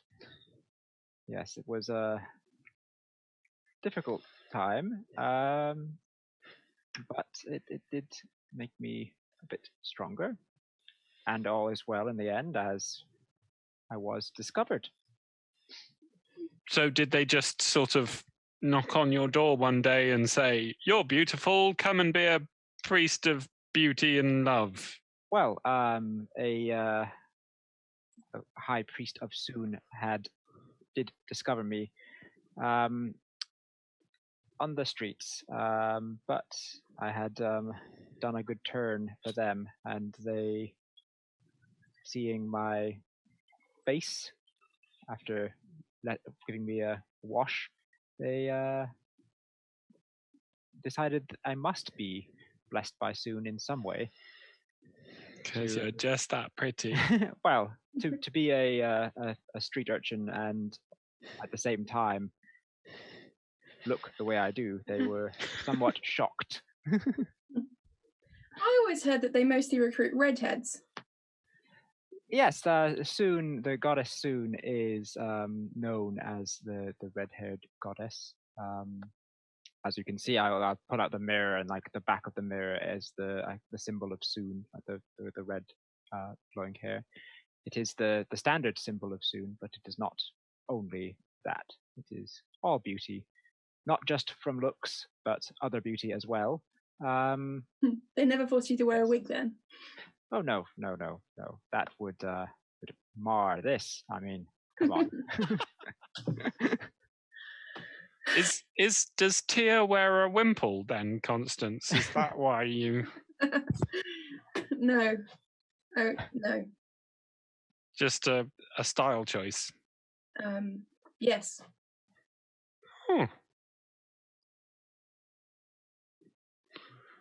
I always heard that priests of Soon spend most of the time naked in their own halls as well. Alien will kind of choke slightly on half a cup of wine. That depends greatly on the halls. You've got the best bathhouses of all the chapters. Well, that is for sure. That I cannot dispute. There is a lot to maintain to keep the level of divinity going, as you could say. How do you get any work done? Well, I've been working quite well, I believe, in our time together, and I still am, as you can see, like this. No, I meant in a bath house full of naked, beautiful people. Well, I'm not saying we spend all our time in the bathhouse. Why not? A bit of a long day. Yes, well, as you say, it means that no work could get done if we were to do that.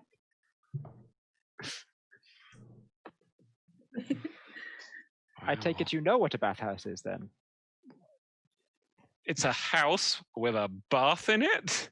Yes. It's quite self-explanatory. I don't know how grand of a picture I can put into your mind of this, but it is an entire house. Think of your entire house. The size of that is one great room, a bath, a pool, so grand and large. You're talking of a lake or pond. Man-made, Imagine indoors, and imagine you heated. dug your own pool and then lined it with stones to make sure that no dirt got in it, and then lit a fire underneath it to make sure it was a nice warm temperature, and then had smaller ponds near it, equally clear and clean and warm or hot or sometimes cold, so that you can clean yourself and then swim in another, and then enjoy the bracing chilliness of a cold bath, and then warm up in a warmer one. And All this to they turned it clean into an yourself. Well, partly to All clean that yourself, to keep partly to themselves. enjoy yourself as well. Right. It's relaxing. Oh, relaxing. Mm. Right. Yes. In some towns, the chapels of Soon are the only places where there are mirrors. Yeah, I could full believe length. that. So what's it like in the chapter houses of Tyr? Less bards, more hammers? Yes, yeah, pretty much. More discipline, I'd say, probably. Although I've not spent too much time in a chapel of Soon. More emphasis on training and maintaining your own. What's the word? Personal justice, and making sure that you are everything that you should be, I suppose. Personal justice? You mean like your oath? Yes, you're making sure that your own morality is in line with everything that Tyr stands for. And this can be via martial training, or more priestly duties, or pastoral work in the community. But usually it's a mixture of all three. How did you come to be a paladin of Tyr?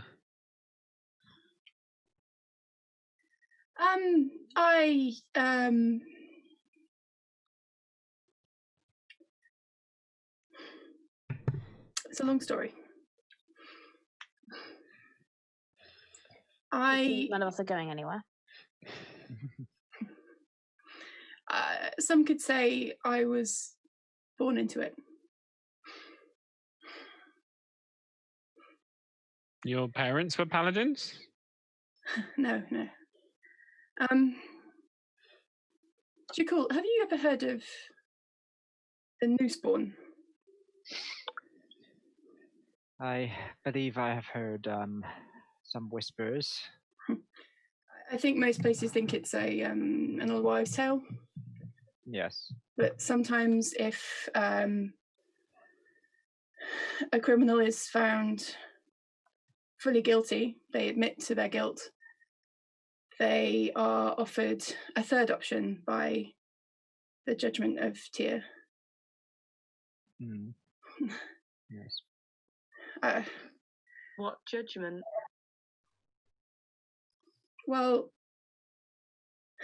if they are guilty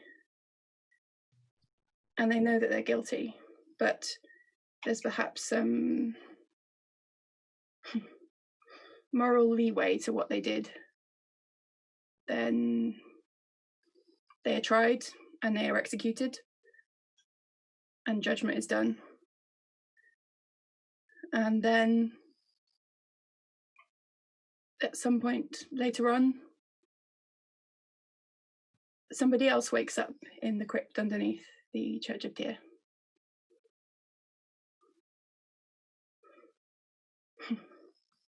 And that was you. I am 6 years old. And then she unbuttons the shirt that's badly tucked into everything and takes off the wimple. And there's a cloth cap covering her hair. Of course. That across her throat there is an unmistakable scar of a noose. Ooh. I saw that in the in-between plane. I saw somebody being hung by the neck. It was round my neck. It's not a pleasant way to die. No. Do you remember that?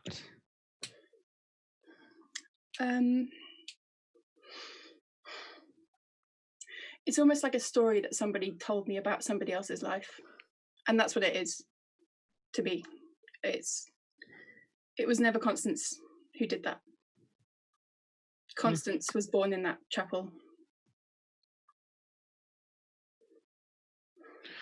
Okay, I have one more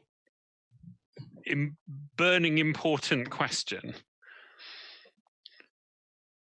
Where did you get that shirt? It was, I think Red found it.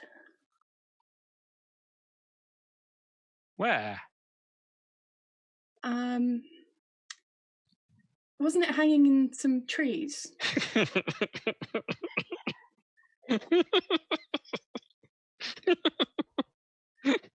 That sounds right.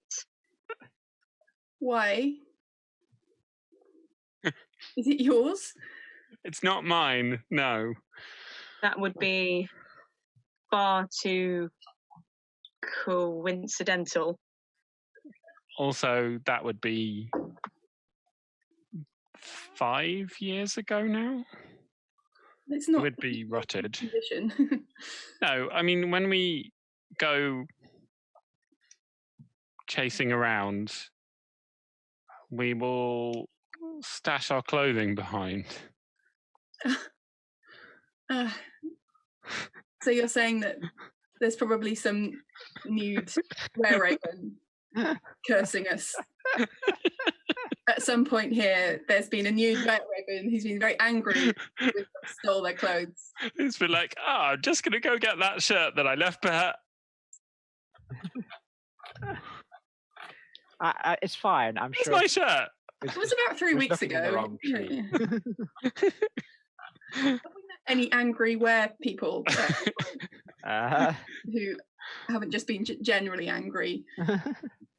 But now I understand why you were asking me so many questions about my feelings towards were creatures. Yes, something along those lines. Yeah, my everyone else knows, so apparently it's not a big sacred secret anymore. But my family are were-ravens, not bitten, not turned, like, you know, full-blooded proper were-ravens. Have been for long as our history goes back. We keep it secret, though. It helps them do their job. People not knowing, I mean. No, it makes sense. Yeah. They could become a target, I suppose, if more people knew. They would be. Also, they the raven. Sorry? Also, it's bad luck to kill a raven. Yes. The raven. I can guarantee you that is not a superstition that is without base. Where they are good-natured in general, but they don't settle lightly for people doing bad things to our family. As they should. Yeah.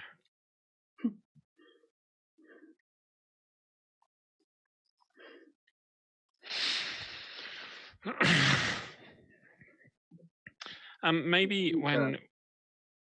Sorry? Can you change? I don't think he likes people asking that. But Red can change, I can change.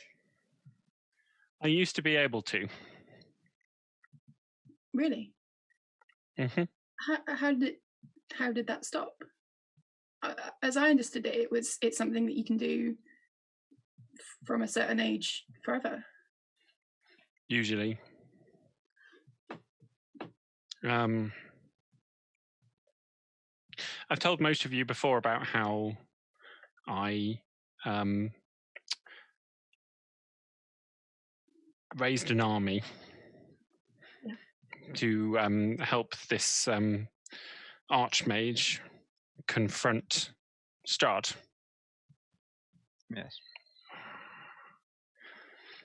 My family were not pleased. They were afraid that I would draw attention to them, that there would be retribution. So they came to me the day before, I suppose you would say on the eve of battle. Well, you're the bard. Yes. And they begged me not to go through with it. And when we had an argument.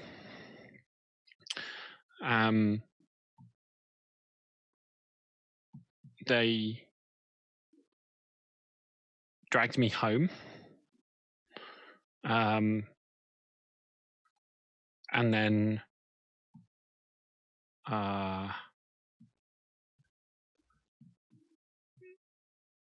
my father was of the opinion that I had proven that I couldn't be trusted. So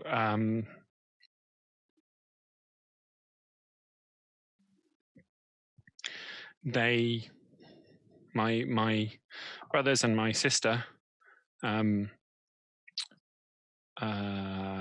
held me down whilst my father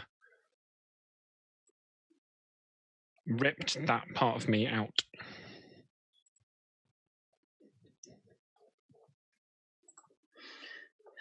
I'm sorry. And now I'm not a were-raven anymore. I'm so sorry, Alan. Is it something you can fix? I don't know. I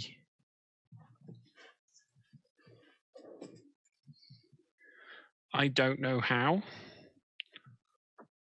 Was it a curse of some kind?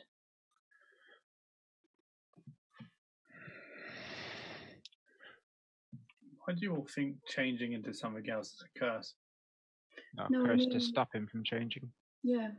I mean, did they curse him so that he couldn't access that? Or is it just simply not there anymore? There is a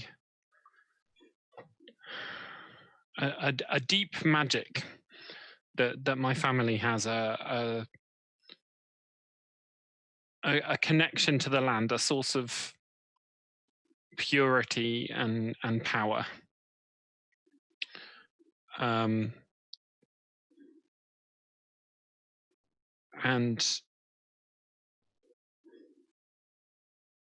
he used that in each of its parts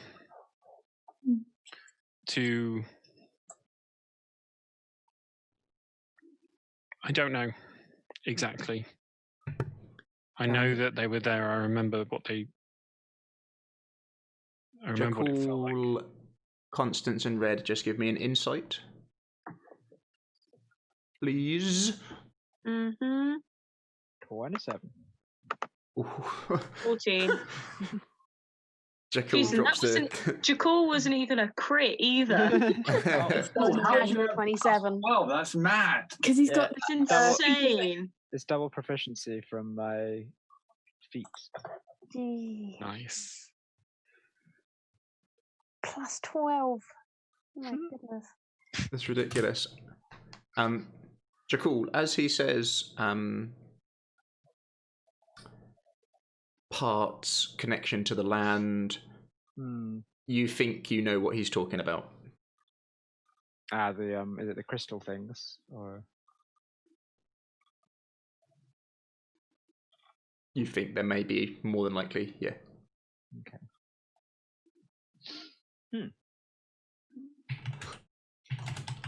I don't.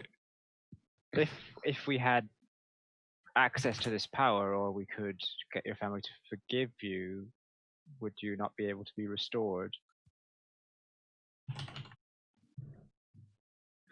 I hope so. And Jakul, you would also know,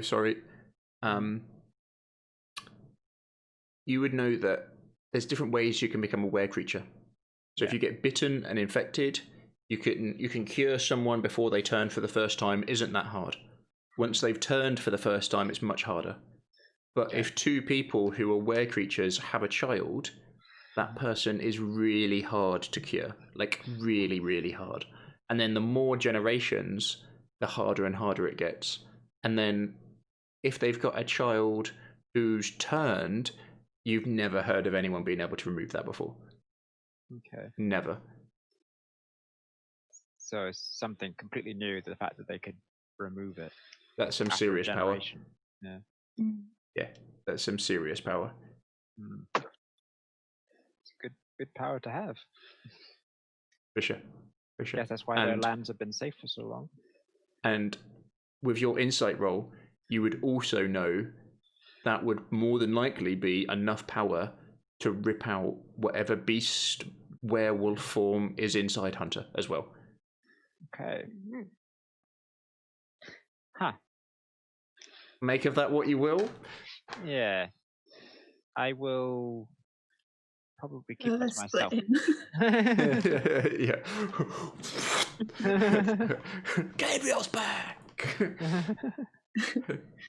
I've got something else entirely. Yeah. Few other things. Alien, that's awful. And Constance, you would know some of that as well with your 17. You would definitely think he's talking about the gems. Yeah. Okay. My family and I have some issues to work out. So it seems.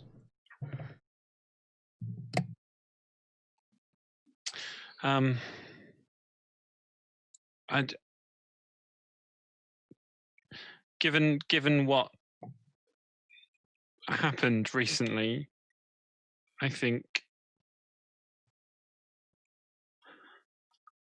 I need to go home to sort this out, and yes, yeah. I would like it if you would come with me. Of course. Because I don't think he will let me through the door.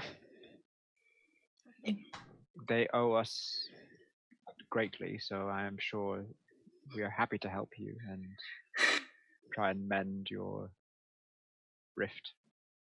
Just don't mention the printing press. That, yes.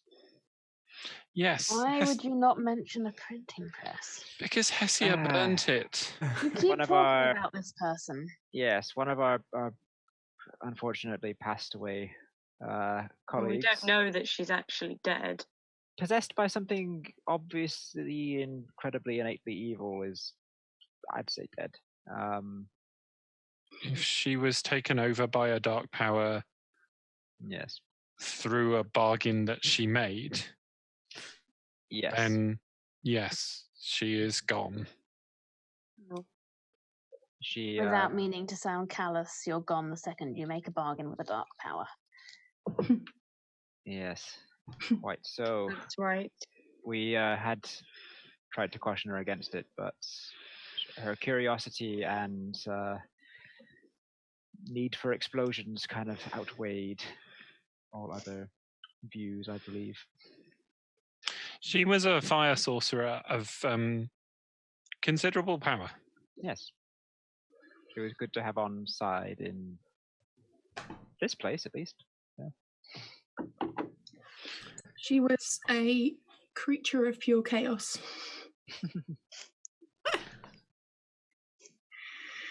And everyone give me a perception, please. Oh, I'm gonna do better this time. I'm gonna do better. Fun. 13. Ridiculous. Red, 16. You'll have a go at me if it's like. Oh, sorry, I thought it was on your own. Damn it. Still 11. 10. 16. I was meant to be good this time. Perception was my ability. So that's red, the highest with 16. Woohoo! Is it a smell one? Yeah, is No, it a sight or sight. smell one? Sight. Ah. If it's sight, then. It might hearing a smell. Is it hearing one? Oh, wait, no, hearing and smell, no, yeah. Mainly sight. Yeah. All right. 16 then. You didn't hear the top. You didn't hear the top hatch open or close. You didn't hear anyone come down the ladder from upstairs. But walking down the stairs from the first floor is Casimir. Oh, lovely. You're going to say Esmeralda then, and I was about to lose my shit.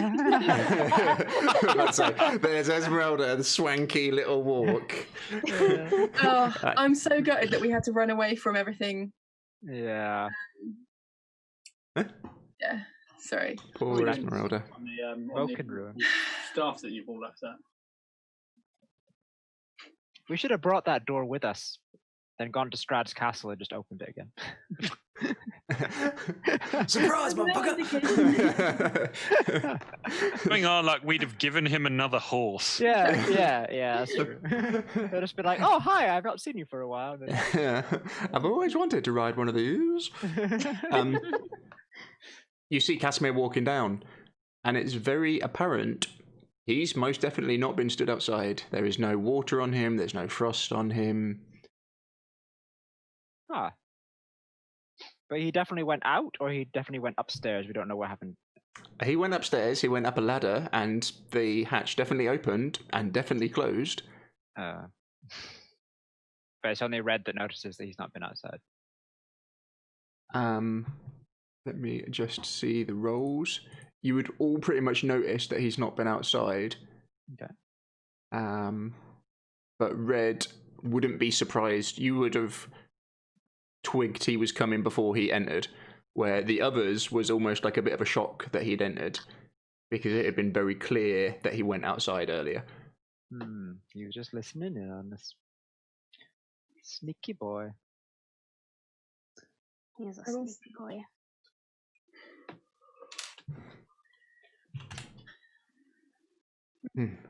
Casimir? I did always wonder about your family,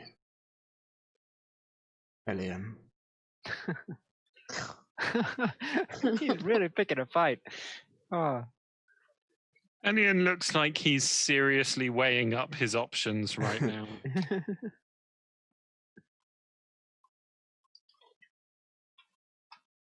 I know enough about you. And now, you need to know this. I can trust you. And now you have no choice but to trust me.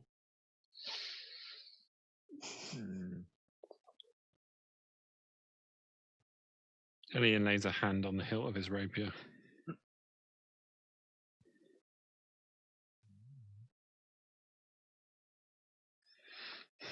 Sort of makes eye contact with Jakul and then takes his hand off. Easy. Strahd didn't kill my sister. You did? I did. Had she been? She had become infatuated by him. They had enthralled her with his magic. And I couldn't live with my sister becoming one of his brides that he would get bored of.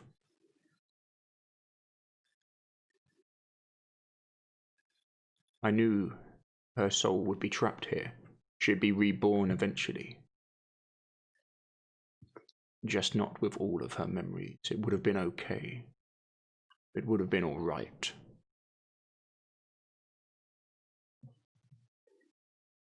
And then Strahd killed all of your ladies, all of the women. So there was no way she'd come back? So there's no way she can come. All their souls are trapped in the mist. I saw them before you pulled me back, Constance. They're all still there, waiting for bodies that will never be born.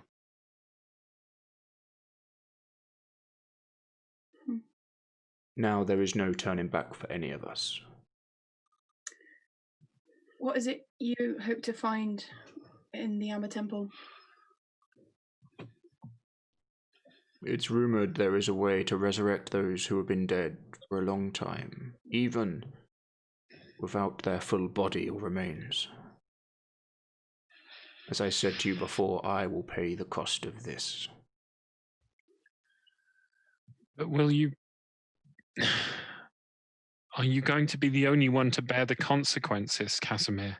You're talking... You're talking about a place of great evil.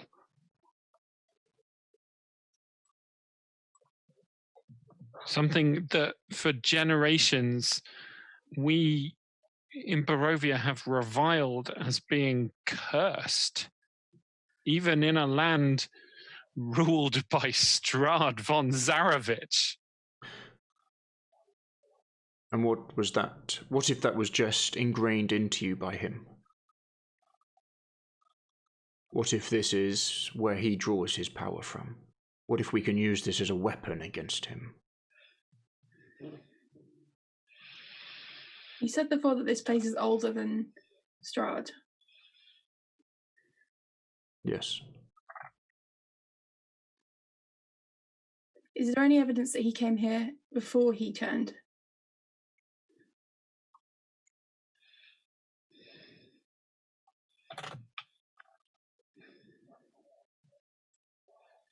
My knowledge is he turned on his wedding day, or his brother's wedding day. Sergei was due to marry Tatiana. Me and my sister were a guest at that wedding.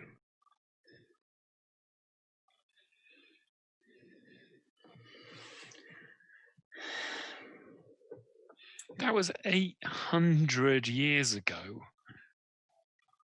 Elves? We live long lives. 800 years? I've got more wrinkles. You do look well for 800, I have to say.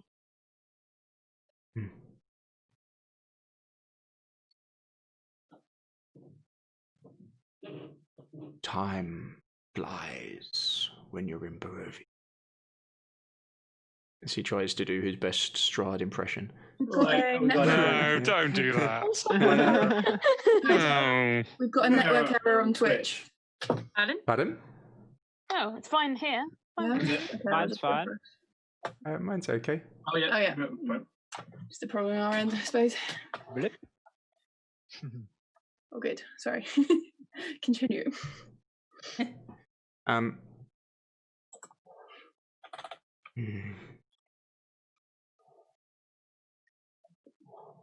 I remember it well. How many male Dusk Elves still remain? Maybe 8 or 9. They've all died over time. Some no longer wishing to live on this plane. But trust me, this is the wrong decision. I don't need to trust you about that. I've seen it. I've seen them. So your plan is to bring your sister back to life and then encourage her to procreate to bring back all the other lost elves? No. Both myself and my sister, what would be the word you use for it? Are trained magi. Right. And I plan to take her, the other Dusk Elves, and if we cannot escape Barovia, kill Strahd. Well, great, let's team up. That sounds like an excellent plan. That does indeed. How are you sure when you if we can bring her back, that she will not still be infatuated with him? She has been in the void for hundreds of years. I'm pretty sure she'll despise him. If she has any wits at all. It may take some time to bring her back round, but time is something I have in abundance. 800 years. That's the very Didn't tail you end tell of us- elves. It is old, even for an elf. Ellen, didn't you tell us that the Vestani brothers are that old? If not older. How? Aragorn and Luvash. Navash. I knew they were over 400. I assumed. That is not a usual human lifespan. No, but they are Strahd's creatures. In what way? Were they made by him? I don't know, but they serve him. Were they around in the time of the time when Tatiana and Sergei were still alive? Were they also at the wedding? He thinks back to it.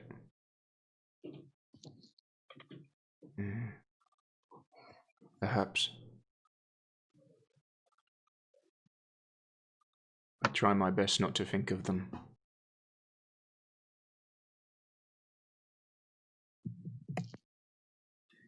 So, now you understand why I must bring her back? Yeah.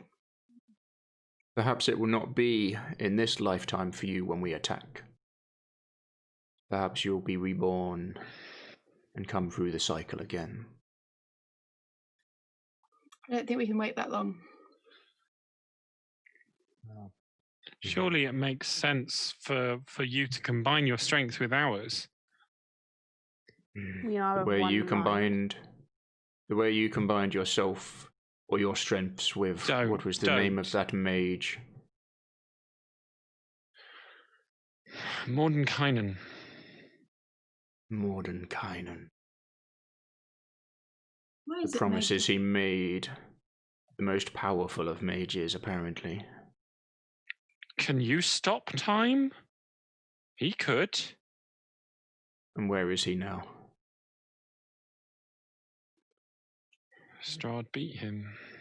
Yes. What actually happened? When? Mordenkainen came to us and asked for the Dusk Elves to attack. We refused. His arrogance was beyond word. He riled up a lot of the locals. A lot of the Barovians went with him. And in my opinion, they were his downfall. That's not Mordenkainen tried to tempt Strahd out of his castle, believing it would give him the advantage.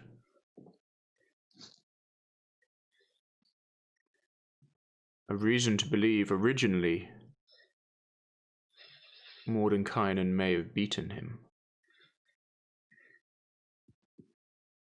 But it was not long before Strahd was back and at full strength, when Mordenkainen was not. And now Strahd had an army of fresh bodies as well. And that is the day they met in the skies.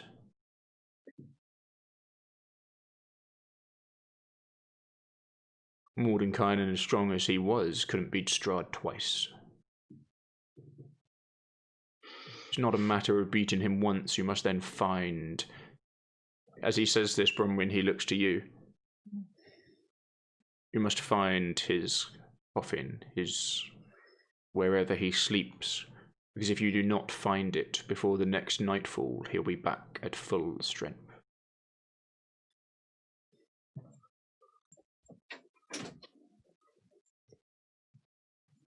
My advice to you... What did you say, sorry, Bronwyn? all monsters have their weaknesses, surely, even him. Do you know where it is? No. I would guess in Castle Ravenloft somewhere. Wasn't there some mention of a crypt or a tomb in Ravenloft when we spoke to Madame Eva? Yes, there was. I believe it was the last card drawn. Something about the mother's tomb. Mother's tomb, yes. That's right. Is there anything known about Strahd's parentage? Yes. It's a matter of historical record. The valley is named for his father, and the castle is named for his mother, King Barov and Queen Ravenia. Yes. His father died, I think, while Strahd was away fighting. There's some mention of him bringing the body here, but I think his mother was alive at the time, and he had her and his brother, I think, brought to this valley he'd conquered that he named in honor of his father. And so the mother died. Sorry. For a number of years, Castle Ravenloft was not what it is now, but it was... People almost took a pilgrimage to come here to view it and to see it. It was a marvel of the world. And then Strahd began to fall into fits of rage and darkness. And was it around that time that his mother died? It's hard to say.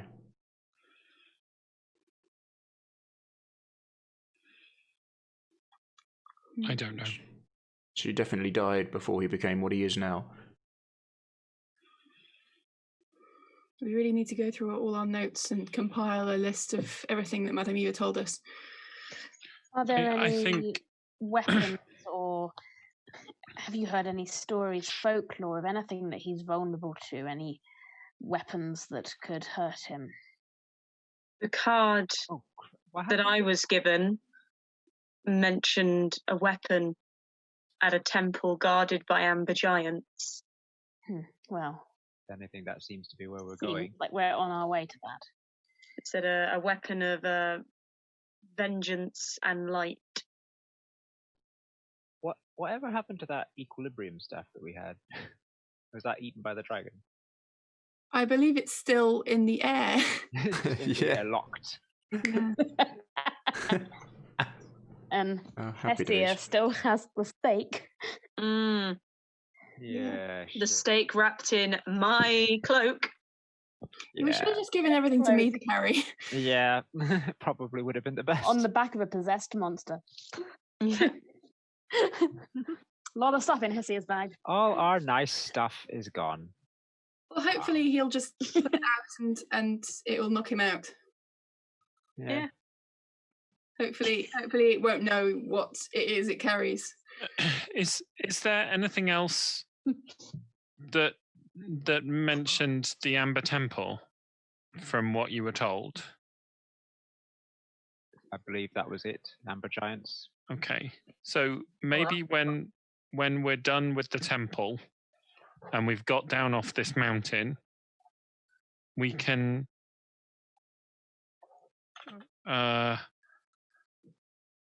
go to the winery, and then we can take the time while the rest of you are in safety.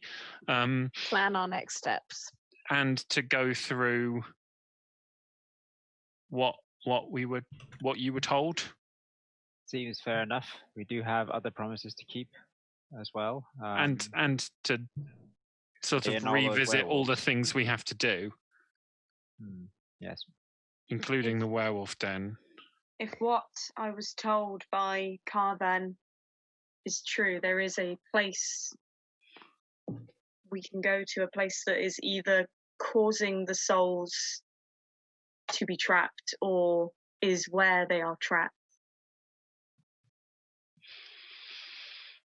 I would like to go there when it is convenient.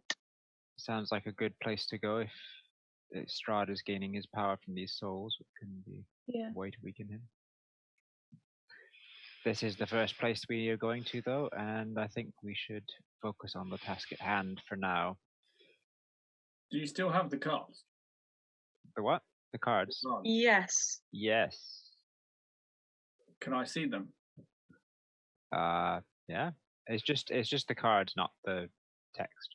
No, it's fine. Yeah, I have one. It's the priest. Can I take all three? Here's look one. at them. He puts them in his hands and does the grim psychometry. Psychometry. Nice. Where are we? Intelligence. Okay, give me a history. So when making an intelligence history check to recall information about a darker past surrounding an object you're touching or a location you are present in, you have advantage on the roll. Okay. Of course, my rolls would be absolutely fine.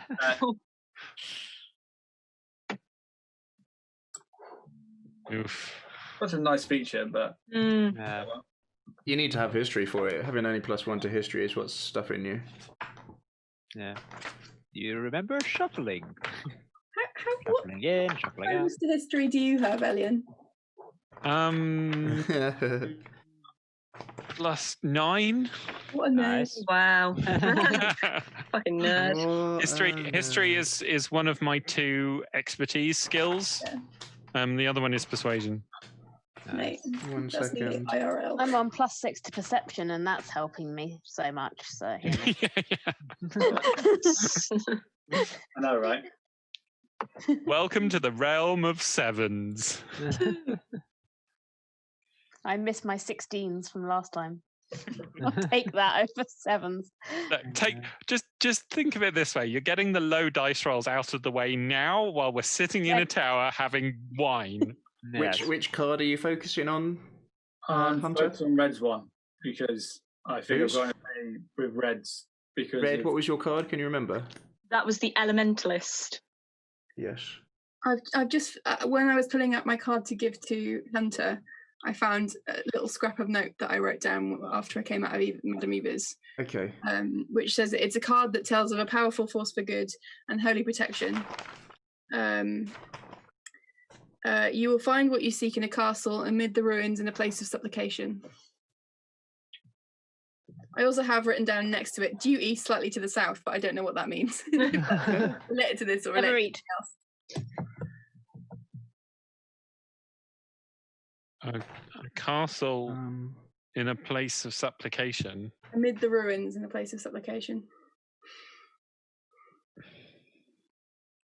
Are there any other castles in Barovia? Not that I'm aware of, and we probably wouldn't miss a castle. You wouldn't think so. But as you focus on it, Hunter, you hear this voice in your head, and a blurred image.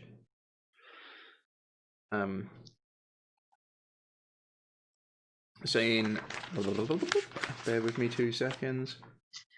That's a weird thing to hear in your head. This card of power and strength. It tells of a weapon of vengeance, a sword of light. The treasure is hidden in a small castle beneath a mountain guarded by amber giants. And then as the view kind of becomes clear, it's not red you see in front of you, but there's a knight in shining armor with some holy symbols on them you don't recognize. By my will, I shall find this weapon and slay this Strahd.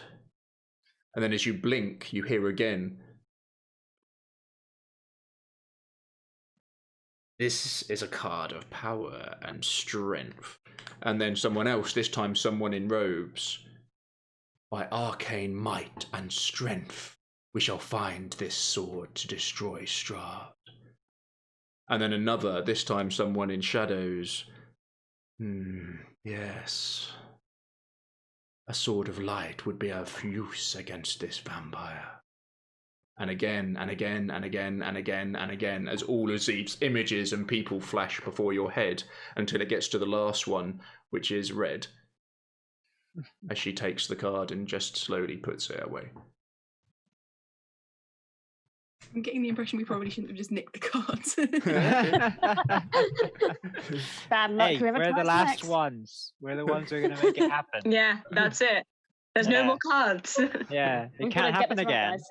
So it has to happen this time, right? Yeah. Imagine Eva just going, oh, bloody hell, they nicked my cards. Can't make any more predictions if you don't have your cards, so... I would assume that when we die, the cards probably go back to her or something like that. She probably has multiple sets. If. How many? When? When? Hey, we all are mortal here. None of us are immortal. Elian. Mm-hmm. How many attempts on Strahd's life do you know?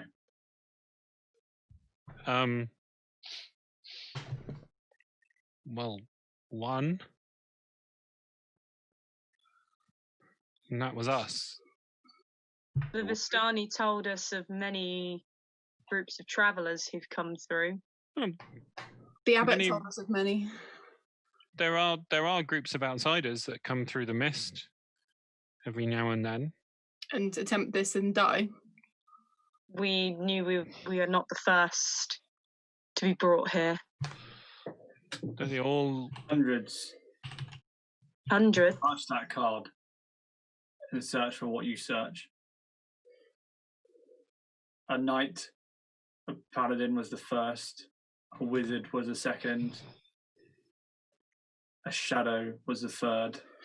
The fourth, a dragon born and somewhat like Jakul. And then another, then another, then another, then another, then another, then another, then another, then another. Until It's okay, Jakul. You probably weren't. They probably weren't as pretty as you are. Well, that's a given. Why do you even say that? Until I saw you, Red, take the card. It's just another trick. We know this. It's what drove the abbot mad. He tried to help multiple groups over the years, and every single one of them that he sent out died. Didn't come back. We can't let it kill us. Like, we can't let it sap our will before we even go out there. I don't. That you're right. Casimir pipes up. And now you understand why we were not doing it. Well, time for us matters very little, but for you is everything. Well, that is something we can discuss when we find out what we are walking up into. So, I don't know how old I can become. I'm only 6 days old, and have a memory of memories of someone that had lived multiple lives, I believe, wearing multiple faces. Do you have any memory of the Raven Queen? The only image of a raven I have is a raven looking over a crib. When the raven flies off, the crib turns quiet, and the baby inside is grey and cold.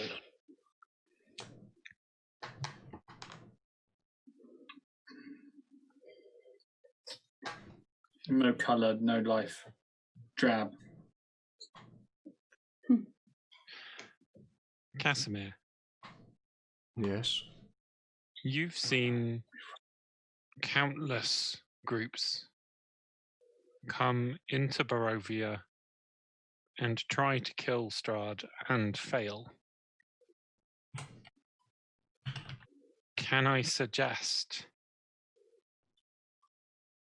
that maybe that's not a reason to not help these people?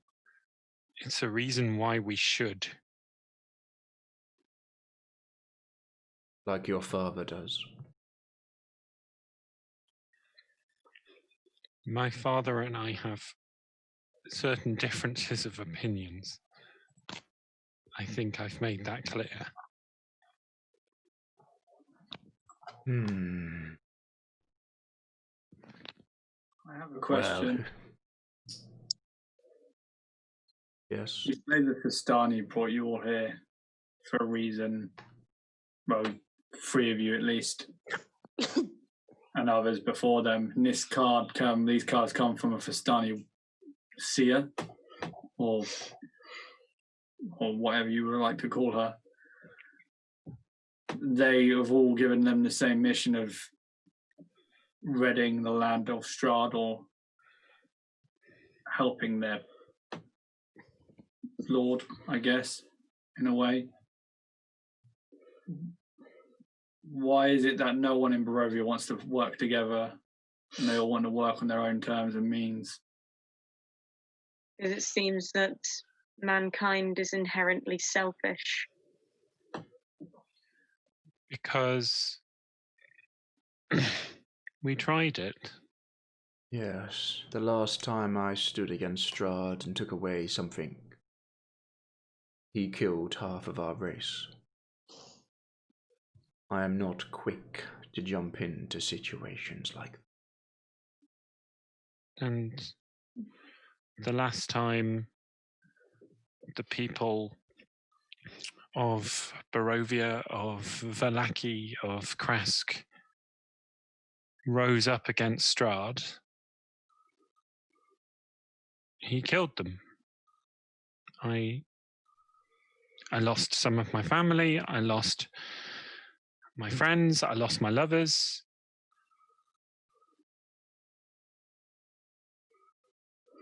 That leaves scars. All I'm hearing is you are trying to take from him. Why don't you give him something that he wants? What do you mean? Well, you talk of Strahd as if he is a blight on this place. He is. What are you suggesting we give him? Well, I do not know. It seems like something happened at a wedding. What he wants is our subjugation, our misery, and our fear. What he wanted was Tatiana. That's what he kept hounding us for. But the way you talk about the Fistani is the Fistani are free to do as they wish from Strahd. Well, no, that's not quite true. He allows the Vistani to travel his lands, but still not in complete safety. It's not unusual to have Vistani turn up dead or become lycanthrope, or to hunt the woods and never return. He doesn't protect them, if that's what you mean. He just lets them travel, which is more than the others. There are some who have a closer alliance with him who can go to Ravenloft. But just being a Vistani does not mean you are in Strahd's inner circle.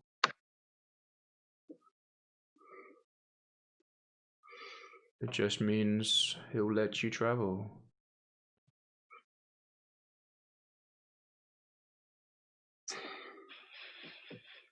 I don't see how giving Strahd anything would benefit us.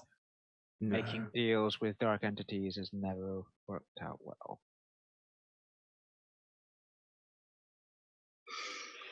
Well, it's like you're all here because you want something. Casimir, you want your sister back. What do the rest of us want other than to leave? Oh, well, he wants his Barovia back. He wants his people to be free from Strahd. Is that so wrong? No. No. No, it's not wrong at You all. want to get home. Jackal wants to get home. Getting home is not the only goal. The elf Getting wants rid to of kill helping Strahd these people. and kill other were things that are inevitably evil. She keeps eyeing me. And Red wants to go back to the woods, and possibly No. with her pack family. I can't go back, not yet. Not whilst he's still trapped, and not whilst Strahd still lives. I'll kill him for what he did. He trapped your wolf.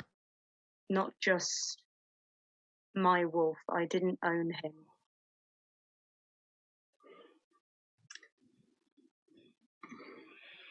He was my family. You all need to go at this wholeheartedly. You can't be wanting anything else other than the destruction of what you see in front of you, and that being Strahd. All I see in front of me is the destruction of werewolves. I do not give a shit about Strahd. The werewolves are his creatures. But then we kill his allies then, and then we move on to him if must. But what you need to do is you need to focus on it. Casimir, you need to focus on not lying about your sister. You get her back, and then you attack Strahd. You don't need two of you if you're such a mighty mage. Get your other desk elves in line. It's very simple. Fight together as one. Or die separately. You say that your other dusk elves have just given up their lives. You had 800 years to do something. And you decide to do it now because of these 5. They were ready. I can bide my time. You can't. You have to rush in the rash choices. Rash choices leave you dead. He's already told, Casimir's blatantly said that 2 of you are going to bloody die up here anyway.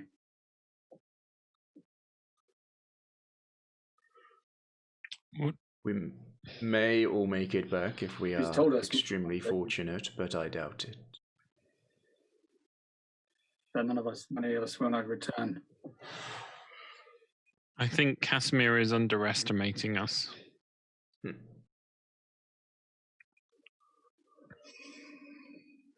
We are going to go against more than just trees. You keep saying that, but you can't tell us what's there. It seems like you have as little idea as we do of what is ahead. Darkness and Ica. Am I right in thinking that the Temple of the Silver Dragon is just ahead of us?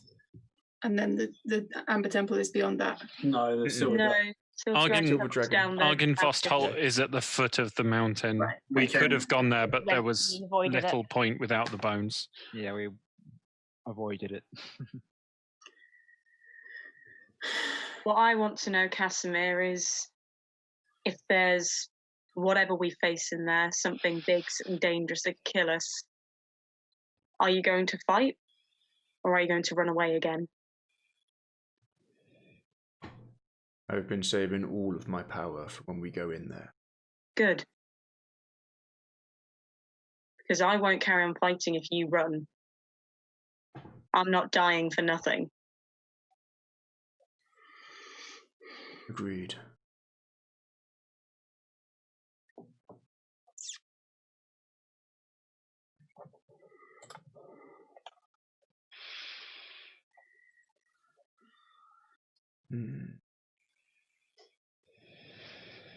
Then we have an agreement.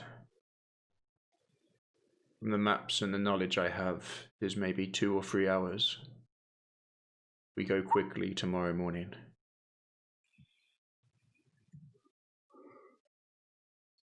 There has been a slight storm tonight.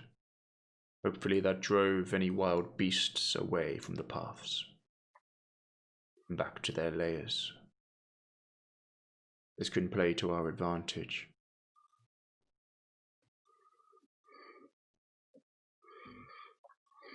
But heed my words.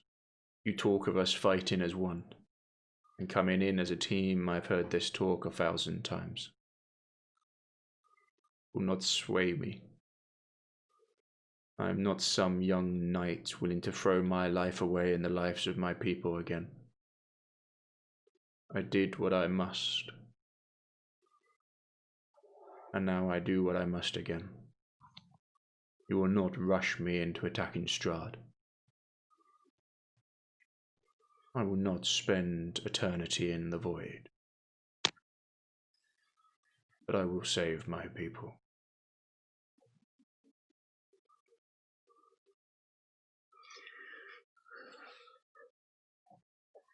Now, a time will come tomorrow, I am sure, where we will have to leave those dying and wounded behind and push through. That is the true calling. It will not be a frolic in a field of daisies.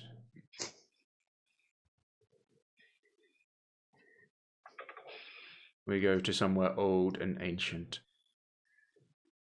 And now I shall rest. I suggest you do the same. With that, he starts making his way upstairs. Alright. And as he does, he turns to you, Hunter. Unless, of course, you have another prep talk for me to incite me into violence against an ancient vampire, old beyond imagining. And last time I disobeyed him, killed half of my race. Because if you do, I would love to hear it, truly. No, a shame. One should be enough. Sweet dreams, Casimir.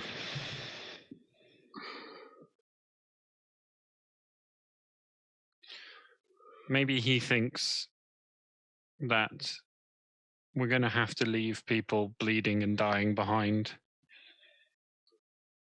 I'm not going to do that. He makes a lot of assumptions.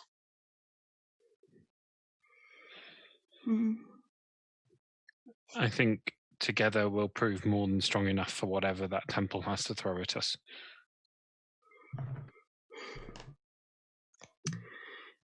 Just as an aside, does anybody have any diamonds? No. Oh, let me check. I have I carry many around with me. I have a very, very nice golden flask with a healing potion in, but I don't know if that's got gems on it. What do you need diamonds for? Well, it would be helpful if I need to bring anybody else back from the dead. Unfortunately not. I think if anyone had it, it would have been Hessia. Yeah, we all know that's true. I have a crystal bead, and that's about it. Actually, I think Owen now has the eye patch with rubies encrusting it. Does he? Oh yeah, he took the eye patch. Yes. Yeah. At least the eye patch is safe. You really should have pried those off before we gave them to It's the him. most important thing in the whole of Barovia. That eye patch. Hey, we've had that eye patch for a long time. You have. I love it. On that note, maybe we should get some sleep. Yes. Bedtime, buddy. Red's we'll pass Elian his cup back and it's empty. Elian will kind of pat her on the shoulder approvingly. It's growing on me. Hey. Acquired taste, like I said.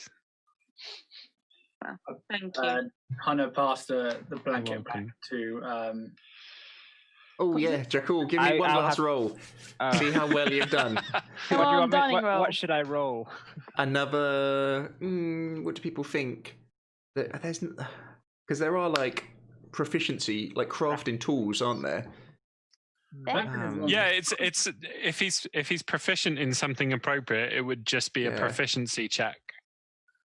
So just I would just like to make the note that as it is coming on to the end of the night in character, I would just like to express to Jakul how much I believe in his crafting skills. Thank you very much. Is that a little that's a D8. bardic? Yeah. Oh, He's on D8. about sewing. Okay. Just give me a straight D20 and we'll see how good it is. Okay. I'll give you advantage again because I'm guessing you've been weaving magic into it. Yeah. Hey. Ooh, 16. And a D8 as well. And a D8. This hasn't got advantage. This is just a straight D8. Plus 6. Hey, that's pretty good. Ooh. 22. 22 in total. Yeah. So Elian comes over and gives you some advice on, you can do this, you're the best. I am the best, thank you. And I turn out to be the best. Best knitter in Barovia. Oh, yes. Darning. It's not Donna. knitting. It's got a little kind of embroidery of my face with a little smile and a wink on the back. Signature. But it doesn't quite. I give it back to Hunter and I say it doesn't quite do me justice, but here you go. Nothing could. It's like getting an autograph. Yes. Yeah, kind of rolls out in bedroll right in front of the fireplace and kind of curls up semi like a dog and then puts the blanket over him. Okay. Yeah, it's like really well made. It's nice. Yeah. It's got my face on it as well as Mitch tipped in. Dish Picker was asking in chat, is just cool crafting face cream a beauty tonic? He should. He should make his own brand of face cream. The very harsh wind coming off that mountain. You can get some capping going on. That'll be our new income. We need money, don't we? We do. We spend all of it on our clothes. Yeah, there is a big market in Barovia for luxury face cream. Yeah. Well, I think just one Jakul look would be at me making like one of those jaw exercises, so you've got like good cheek muscles, like those balls. Make those fangs shine. Brilliant. Does anyone keep watch? You can take a rotation, Be doing my kind of like elven trance sleep, which you wake up, semi-conscious. Red's gonna curl up and go to sleep. She stayed up the night before. Yeah, Elian will take a turn at watch this. Yeah, So you basically only need to do the first 4 hours, and then Bronwyn can do the rest.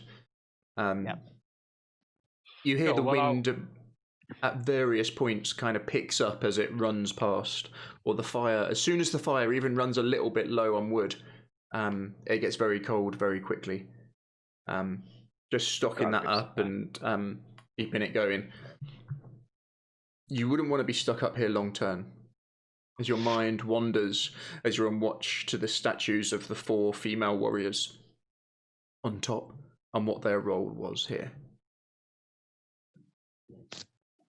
Was this place always as inhospitable as it is now? You're not sure. But right now, this is not somewhere you would want to be. After 4 hours, Casimir does get up. And Bronwyn, you would see he gets out a locked book and begins to study it rigorously. And you'd be able to recognize arcane writings on the book, for sure. Definitely. Apart from that, the night goes without incident. You all sleep quite well. It's been warm. Yes, there's been the occasional noise, but apart from that, it goes without incident. As soon as sun is preparing to rise, Casimir is trying to prepare you all to move out. I will take 10 minutes to recite some more stanzas from my epic Lay of the Land poem, and I will use my inspiring feat to give, let's see, me, Hunter, Constance, Red, Bronwyn, Jakul. Oh, not enough to do Casimir. 12 temporary hit points each. Do we get our long rest as well for the? And a long rest, a full good rest. You have slept well. Remove my exhaustion then. Yeah, for sure. Wait. Perfect. Okay. And then That's 12. 12. Might be more. Actually, I've gone up a level. Let me check. Oh, exciting. Where is my player's handbook? There it is. While you're checking that, Casimir is eager to get moving. We are going to be approaching the Amber Temple today. We could do with scouts. Do we have any volunteers? I can scout. I can scout also. I think only 2 are needed. I'll take Red with me. 13 temporary hit points, everybody. Nice. Thank you. Rolling in hit points. Red is going to take the opportunity. She's going to go into beast form. It's going to be her direwolf shape to move it faster, keep up with Bronwyn, and be better at scouting. Nice. So big hulking wolf. Nice. I think the D&D beyond hit points is correct, isn't it? Constance was a bit broken. She should be on 76 now. Yeah. As is Hunter, by the way. Yeah, well, he's a D10 hit point, the same as you. Chunky. Wow. He's a chunky boy. I'm not that chunky. I don't have the armor. No, he's easier to hit than you. He'll go through the hit points quite quick, don't worry. Also, I've got to use my hit points to do it because I've got to use like a D6. So when I do like special stuff, I basically got to make my blood boil almost. So I take like 1d6 worth of damage when I like start my powers and stuff. Health is mana. So as you make your way out, you can see burning behind you, and Elian, your heart stops a little bit as you realise how much of your power and strength it took just to stop that wall of green flame for 30 seconds last time. But if something was chasing you, or you were on the run from something, to do that in a rush is not something you would want to do.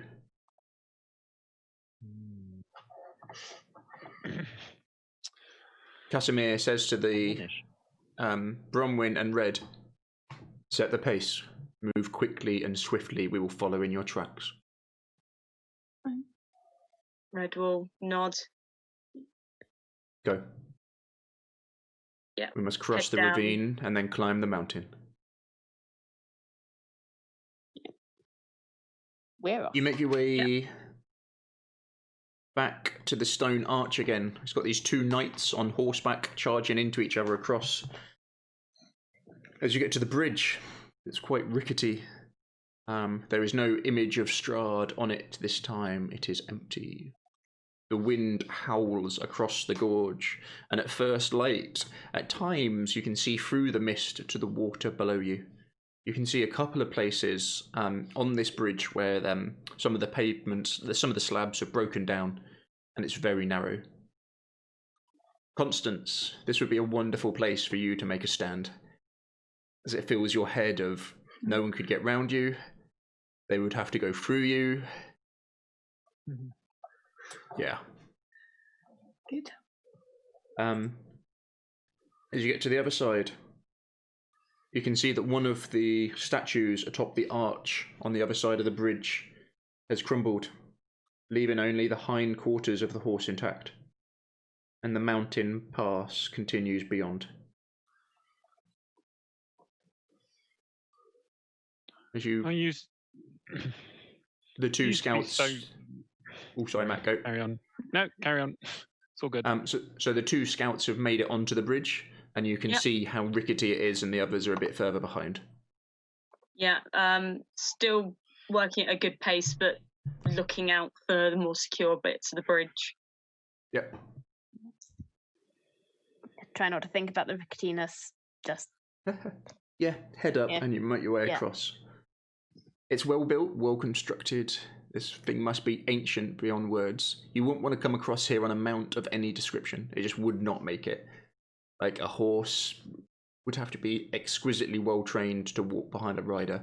You've got the sound of water below you and the wind coming in, and any misstep, it would be over the edge. It just wouldn't be possible. As in turn, how many people on the bridge do you go at a time? Me and Red would have gone together. Yeah. How long is the bridge? How long does it take to cross? 90 foot. Oh, that's not too bad then. You can do it in like for about 30 seconds. Make it across. Maybe we take it one at a time, just to be safe. 2 at a time. Very well. If somebody slips, someone else will need to be with them. Yep, who do you go with? Casimir looks to you, Elian. We'll go together. Mm.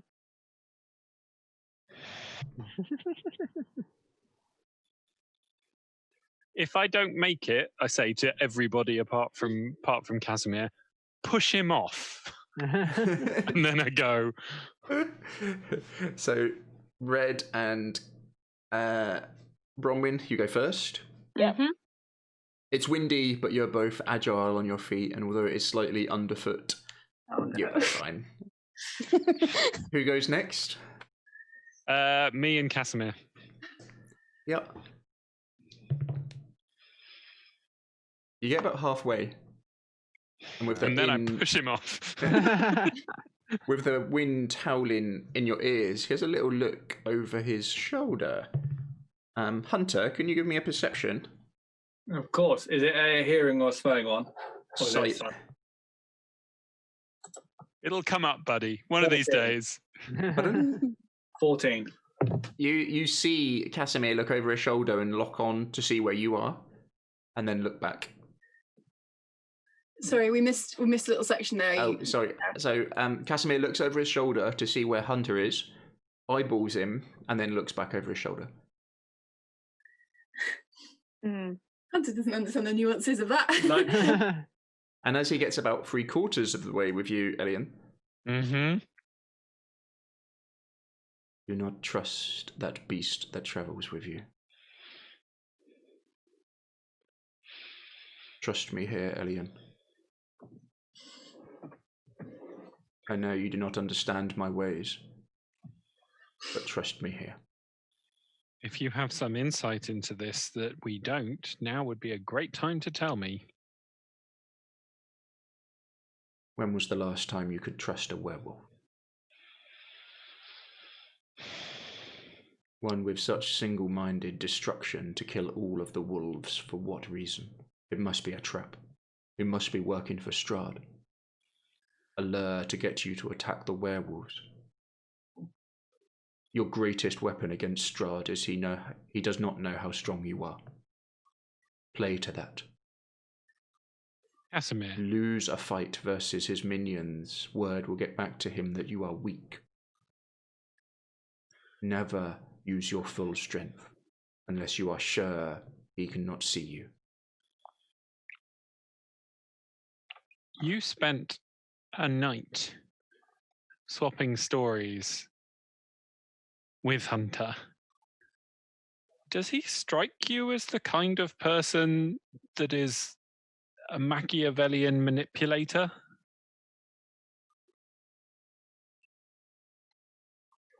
Because he strikes me as a child. And I think the worst thing we can do right now is greet him with suspicion and borderline hostility. Then on your life be it.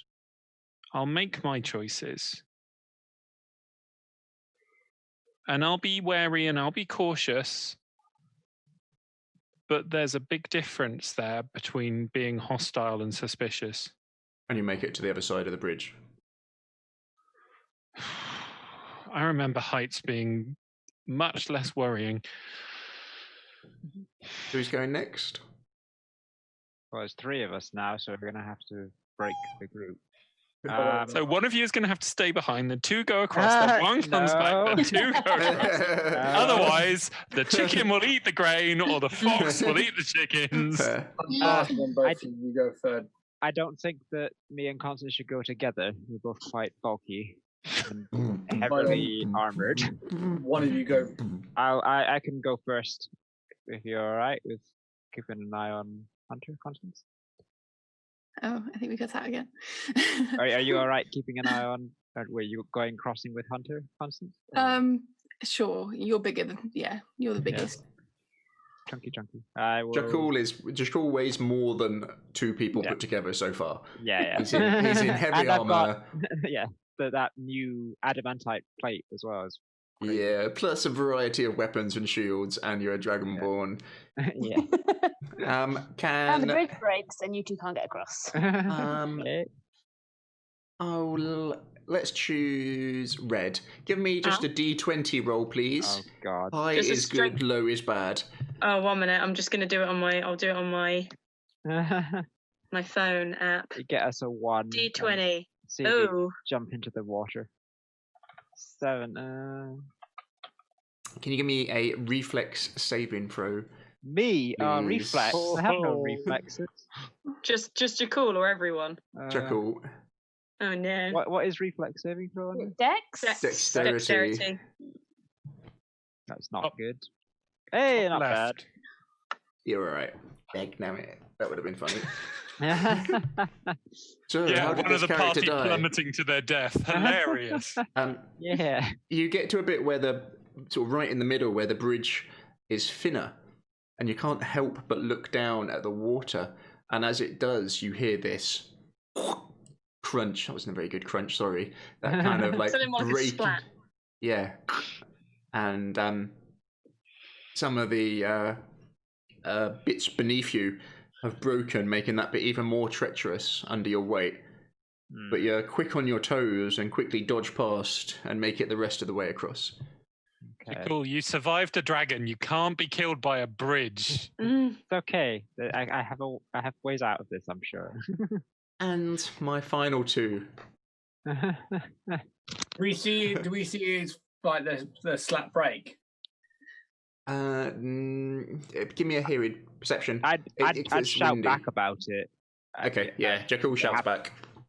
It's weak here, as it like I stumble and Yeah, you can see the area that was finished as you look down to this epic drop beneath it.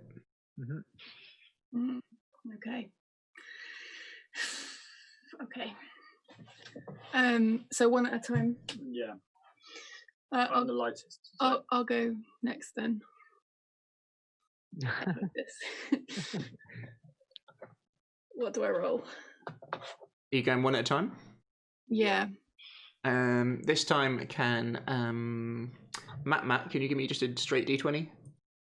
I sure can. High is good, low is bad. Good luck, everyone. Ooh, 10. Ooh. Middle ground. Bang in the middle. You can see the area that they're talking about. Yeah. And as you take it very carefully over it, it gives a little bit, making it slightly more treacherous for the last person, but you don't need to roll anything. It doesn't shift or sway at all. This is going to be fun on the way back. How does Constance kind of tiptoe across this bridge? There's no sides to it. Yeah, it's I think probably standing sideways and shuffling along. Oh, brilliant! How big is this gap? 90 foot. Right. Can anyone cast bridge? Summon bridge.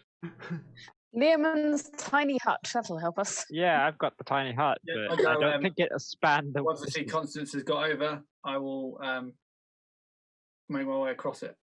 And last but not least, Catherine, can you give me a D20? I'm sorry in advance. No pressure. Nat 1, nat 1, nat 1. 7. Oh, 7 again. Oh. Can you give me a reflex save, please, Johnny?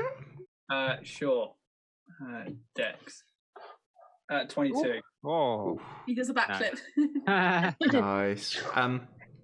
Yeah, with the warning of the weaker area, as you put your weight close to it, you feel like one of the slabs falls out, and there is definitely a bit where it is much, much thinner now. But you're so light on your feet, you're barely a stumble as you push off it and you're back on the bridge. And you make it the rest of the way.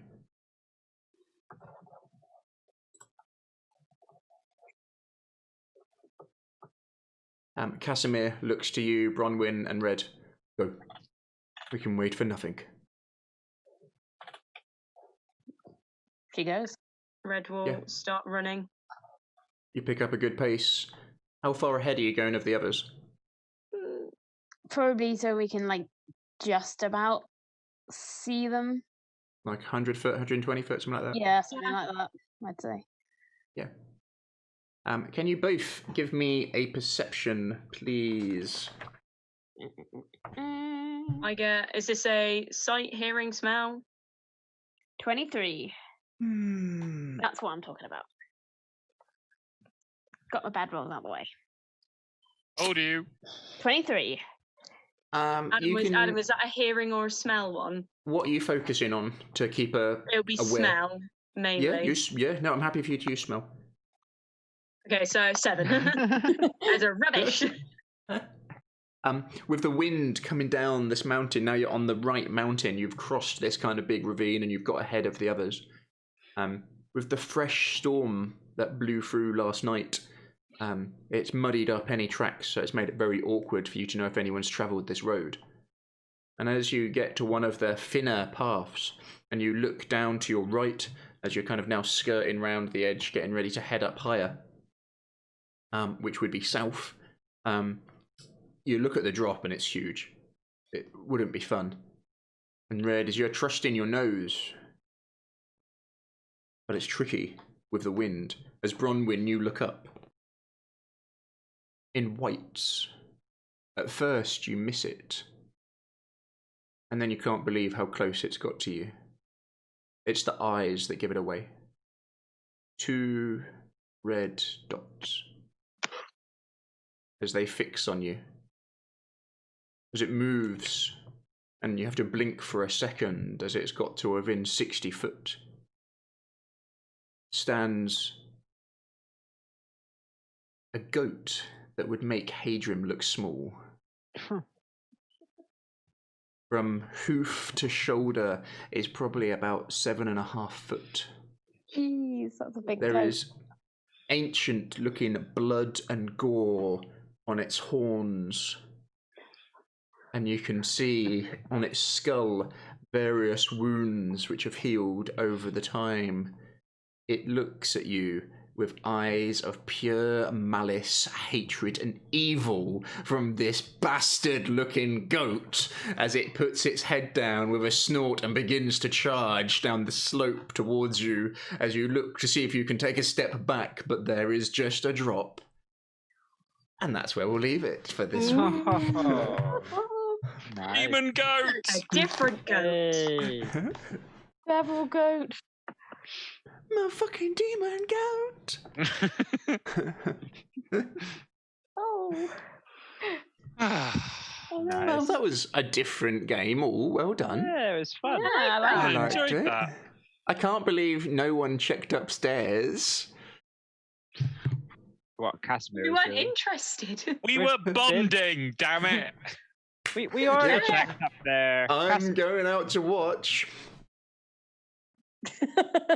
Yeah, well, he's a colossal turd. We knew this going in. I don't really What would care that that he have listened in on us. It's not a big deal.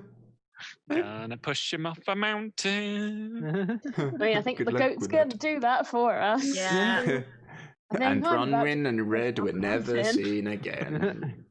It's a pity it takes 10 minutes for me to conjure Hadrim. I was Yeah. thinking Oh, that yeah. otherwise Okay. grudge match. Oh, We my know, God. goat grudge match. Goat off! Which one's the better face goat? and which one's the heel? Goat wars. Sadly, I think he only has 1 hit point, so Oh. That's Yeah. really sad. Poor Hadrian. Thank you got everyone for loads of watching. subscribers. Yeah, it was absolutely ridiculous. Yeah. Thank you. Thank you, Um, Aaron. Yeah, thank you. It's amazing. Amazing. Do we still have Mudaran and Aaron. Aaron. Here? Aaron. I was looking for the full name. Aaron. CVI. Aaron's XCI. 41. No, 46. The new emotes, they're still pending. Oh, how long does it take? Because you're live, probably, Ben. 96. Aaron 96. It probably won't update until you go offline. Oh, true. Hmm.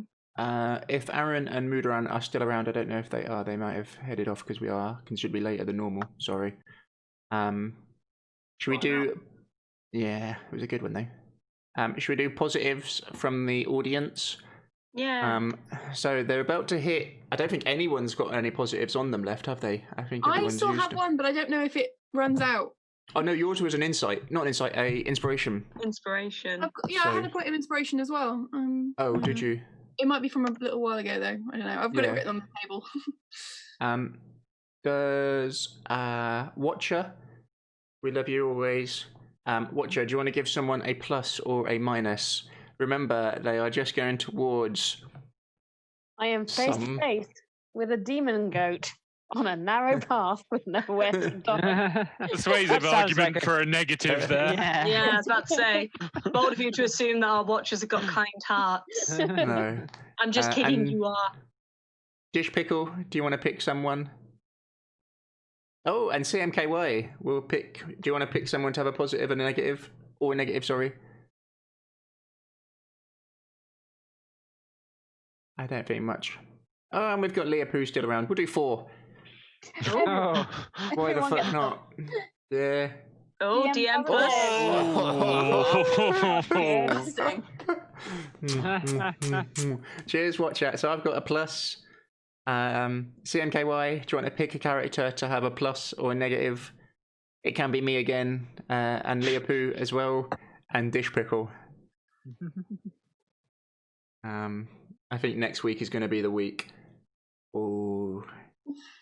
Yeah. Oh, positive for Bronwyn. Oh, nice. Oh, I love Leah Pooh always gives out the negatives. It makes me happy. No.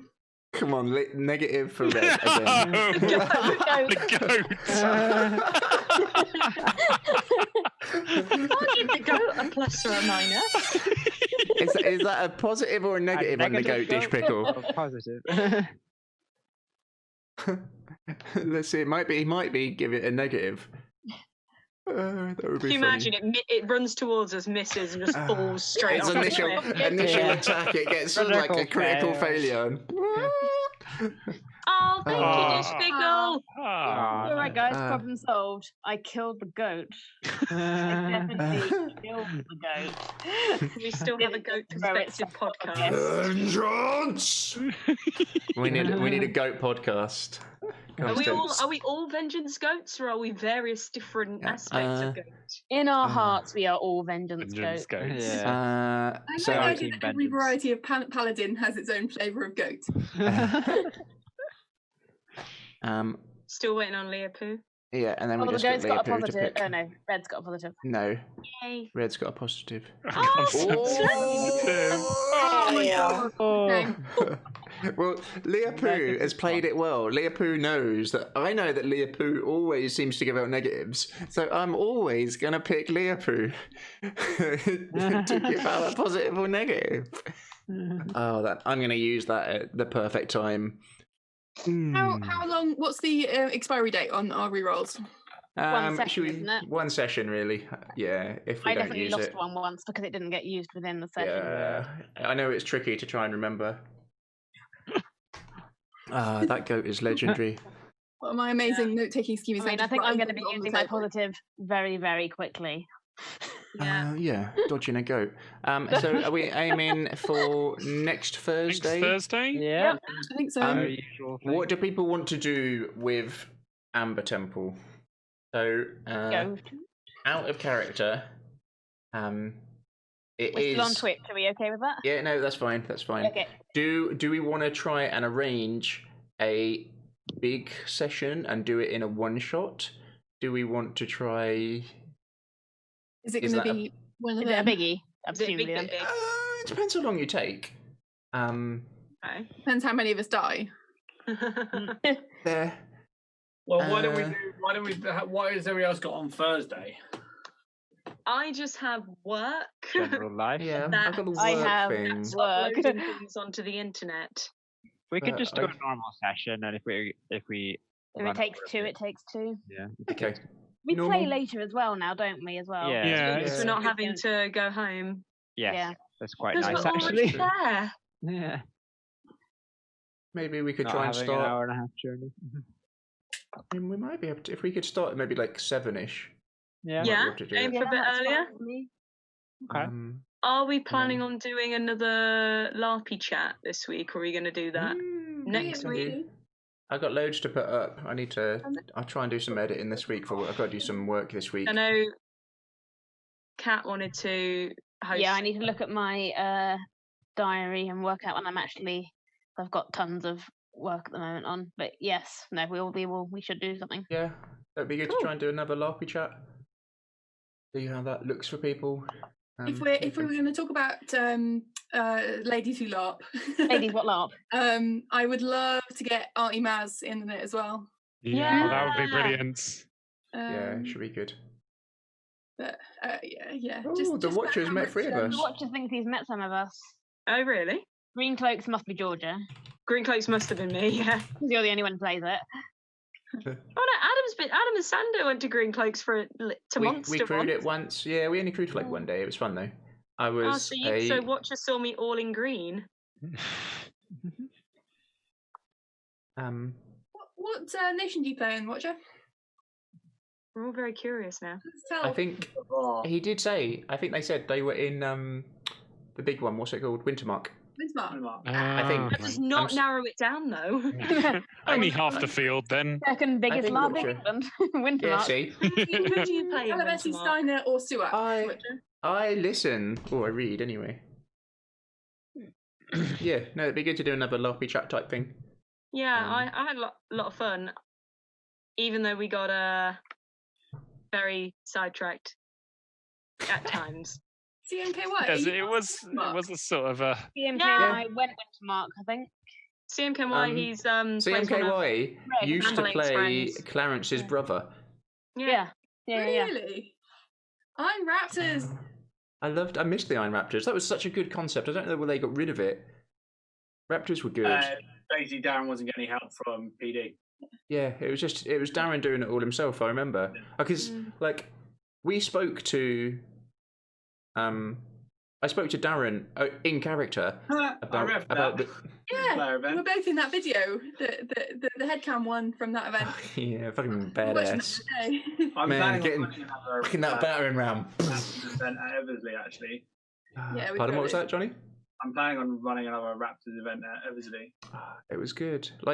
Because I spoke to Darren in character as Clarence, saying, if you ever hear about any dragons, let us know, because we're on the hunt for one. And he spoke to me out of character and was like, if you want, I can run you a dragon encounter fight and say, I found a dragon and here it is, and we can do it kind of your house and the Iron Raptor is going to kill it. And I was like, oh, Darren, you ledge. And then PD shot it down. To be fair, PD, because you got to think how big Empire is now, there's only so much of the field that can be used. And if there's another skirmish lot going out, there's not enough space for it all to happen. But from crewing it, they don't make the best use of it. It is tough because you've got a lot of people who want to scrap, and a lot of people who want fun roleplay things. I could probably happily, if I had if I had a bit more time and space in the diary, I could happily probably run a Raptors event every month. Yeah, I remember. Right. Yeah. That's hilarious. Oh, mate. I never. That's Twig to it is now. It's cool. I love it. Yeah, I think I was just wandering around the car park being bored, and there was a car full of guys all talking about pirate LARP, and I was like, oh yeah, we do that. And I got a load of the muskets out, and I was just like, party popper. But all the party poppers I had, because we load them with party poppers with the gubbins taken out, so that when you pull the string on the musket, it gives off a cloud of smoke. And we usually wax the strings, so it's slightly easier to put them through the hole in the side of the musket because it's all foam, and so sometimes it gets stuck and it's a faff.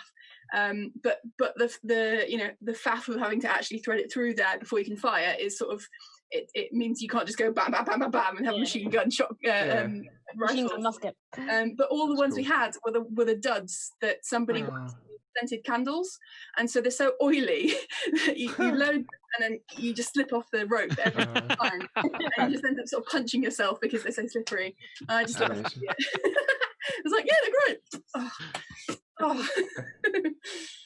great. I'm working on I think it's a genius.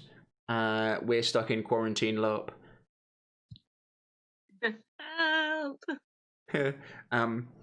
Zoom LARP. So, no, my crazy idea is that so the LARP is everyone. It's a Zoom LARP, so you do it over Zoom chat, and the idea is it's futuristic-ish, and you're all on a ship, and something went wrong, and the alarms all went off, and everyone had to run to escape pods. And then as you get to your escape pod, then that's when the LARP starts, and you're all like on intercoms to each other to try and kind of work out what's going on. I like it. That's cool. I played a Discord LARP a few weeks back that was run by Mandala. It was called like Radio Fest, I think it was called. And there was like 3 different sections: the actors, the writers, and the Foley team. And basically, you're all in like a 1930s radio drama. And so the writers are writing the script. Space LARP. Oh, blimey! Space LARP. So like the writers are writing the script as they go, and there's like various like prompts. You know, it's like 2/3 written, and then they've got to actually write in some of the lines, and they had challenges to try and put in as many like rude words as possible without the actors realizing it. And the actors had to practice in their own little room in their Discord, like whatever you call it in Discord, their own Discord room. And they had to try and put in as many product placement ads as possible to up their revenue. And then the Foley team, I was with the Foley team, and it was great because we were just running around the house trying to find things to like bash together at the appropriate moments. And then we also had to try and force in the most exaggerated sound effect we possibly could. And so we spent most of the LARP trying to, it was like a horror story set in a police cell, where quite a lot of the action was the main character being beaten with a rubber hose. But the thing we were trying to force in was an alpine flashback. It was cowbells. We had a harp to make the like, but they kept cutting it every time we tried to put it in. It was so good though. Amazing. I highly recommend getting involved with that when they do their second season. It was really fun. Yeah, that sounds Foley fun. Right. Thank you everyone for watching. Hope you enjoyed it. I know it was a bit of a different one. I love that there's still 84 people watching us ramble. You guys go. And playing with Cheers, Watcher. Hopefully by next week we'll have those 2 emotes, and I'll order some new emotes because we've got new characters now.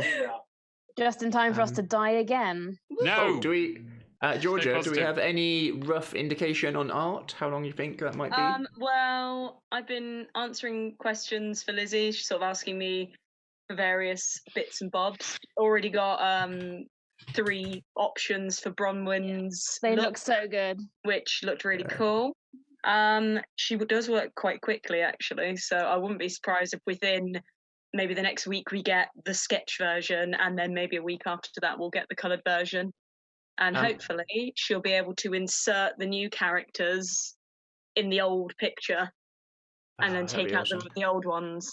No, we want them left in. Aaron, I'll see if I can get her to like pull them back. Big red crosses on them. The back grayed out, maybe grayscale or something. So Aaron gave us. Thank you. I made you VIP, Aaron, because you got us the red emote. So thank you for that. And Aaron, we've done the pluses and minuses, but I think you missed it. For next week, the most important week, would you like to give a plus to somebody or a negative? No pressure, but I would like a super plus, please. Giving him a negative is an option. Just saying. Yeah, and I've already got a negative. Constance gets 2 negatives. Double Constance negative. No pressure. We're all waiting. The suspense is killing me. And then we'll be on next Thursday. Hunter's dead. So, second game. He's dead, but he's got a positive. Yeah, nice. Johnny can have a plus. Nice one. Hunter gets a plus. Cheers, Brad. Awesome. Let me so next Thursday, but we'll try and do some kind of LARP chat before then. No. Alrighty. Positives to the goat. No positives to the goat. Bad. Yeah, give positive to the goat. I don't want to be launched off the side of a mountain. Oh my god, yes. Can you even imagine? I can't even imagine how good that would be. This character is 3 sessions old. She's not Cheers getting all. launched off the mountain.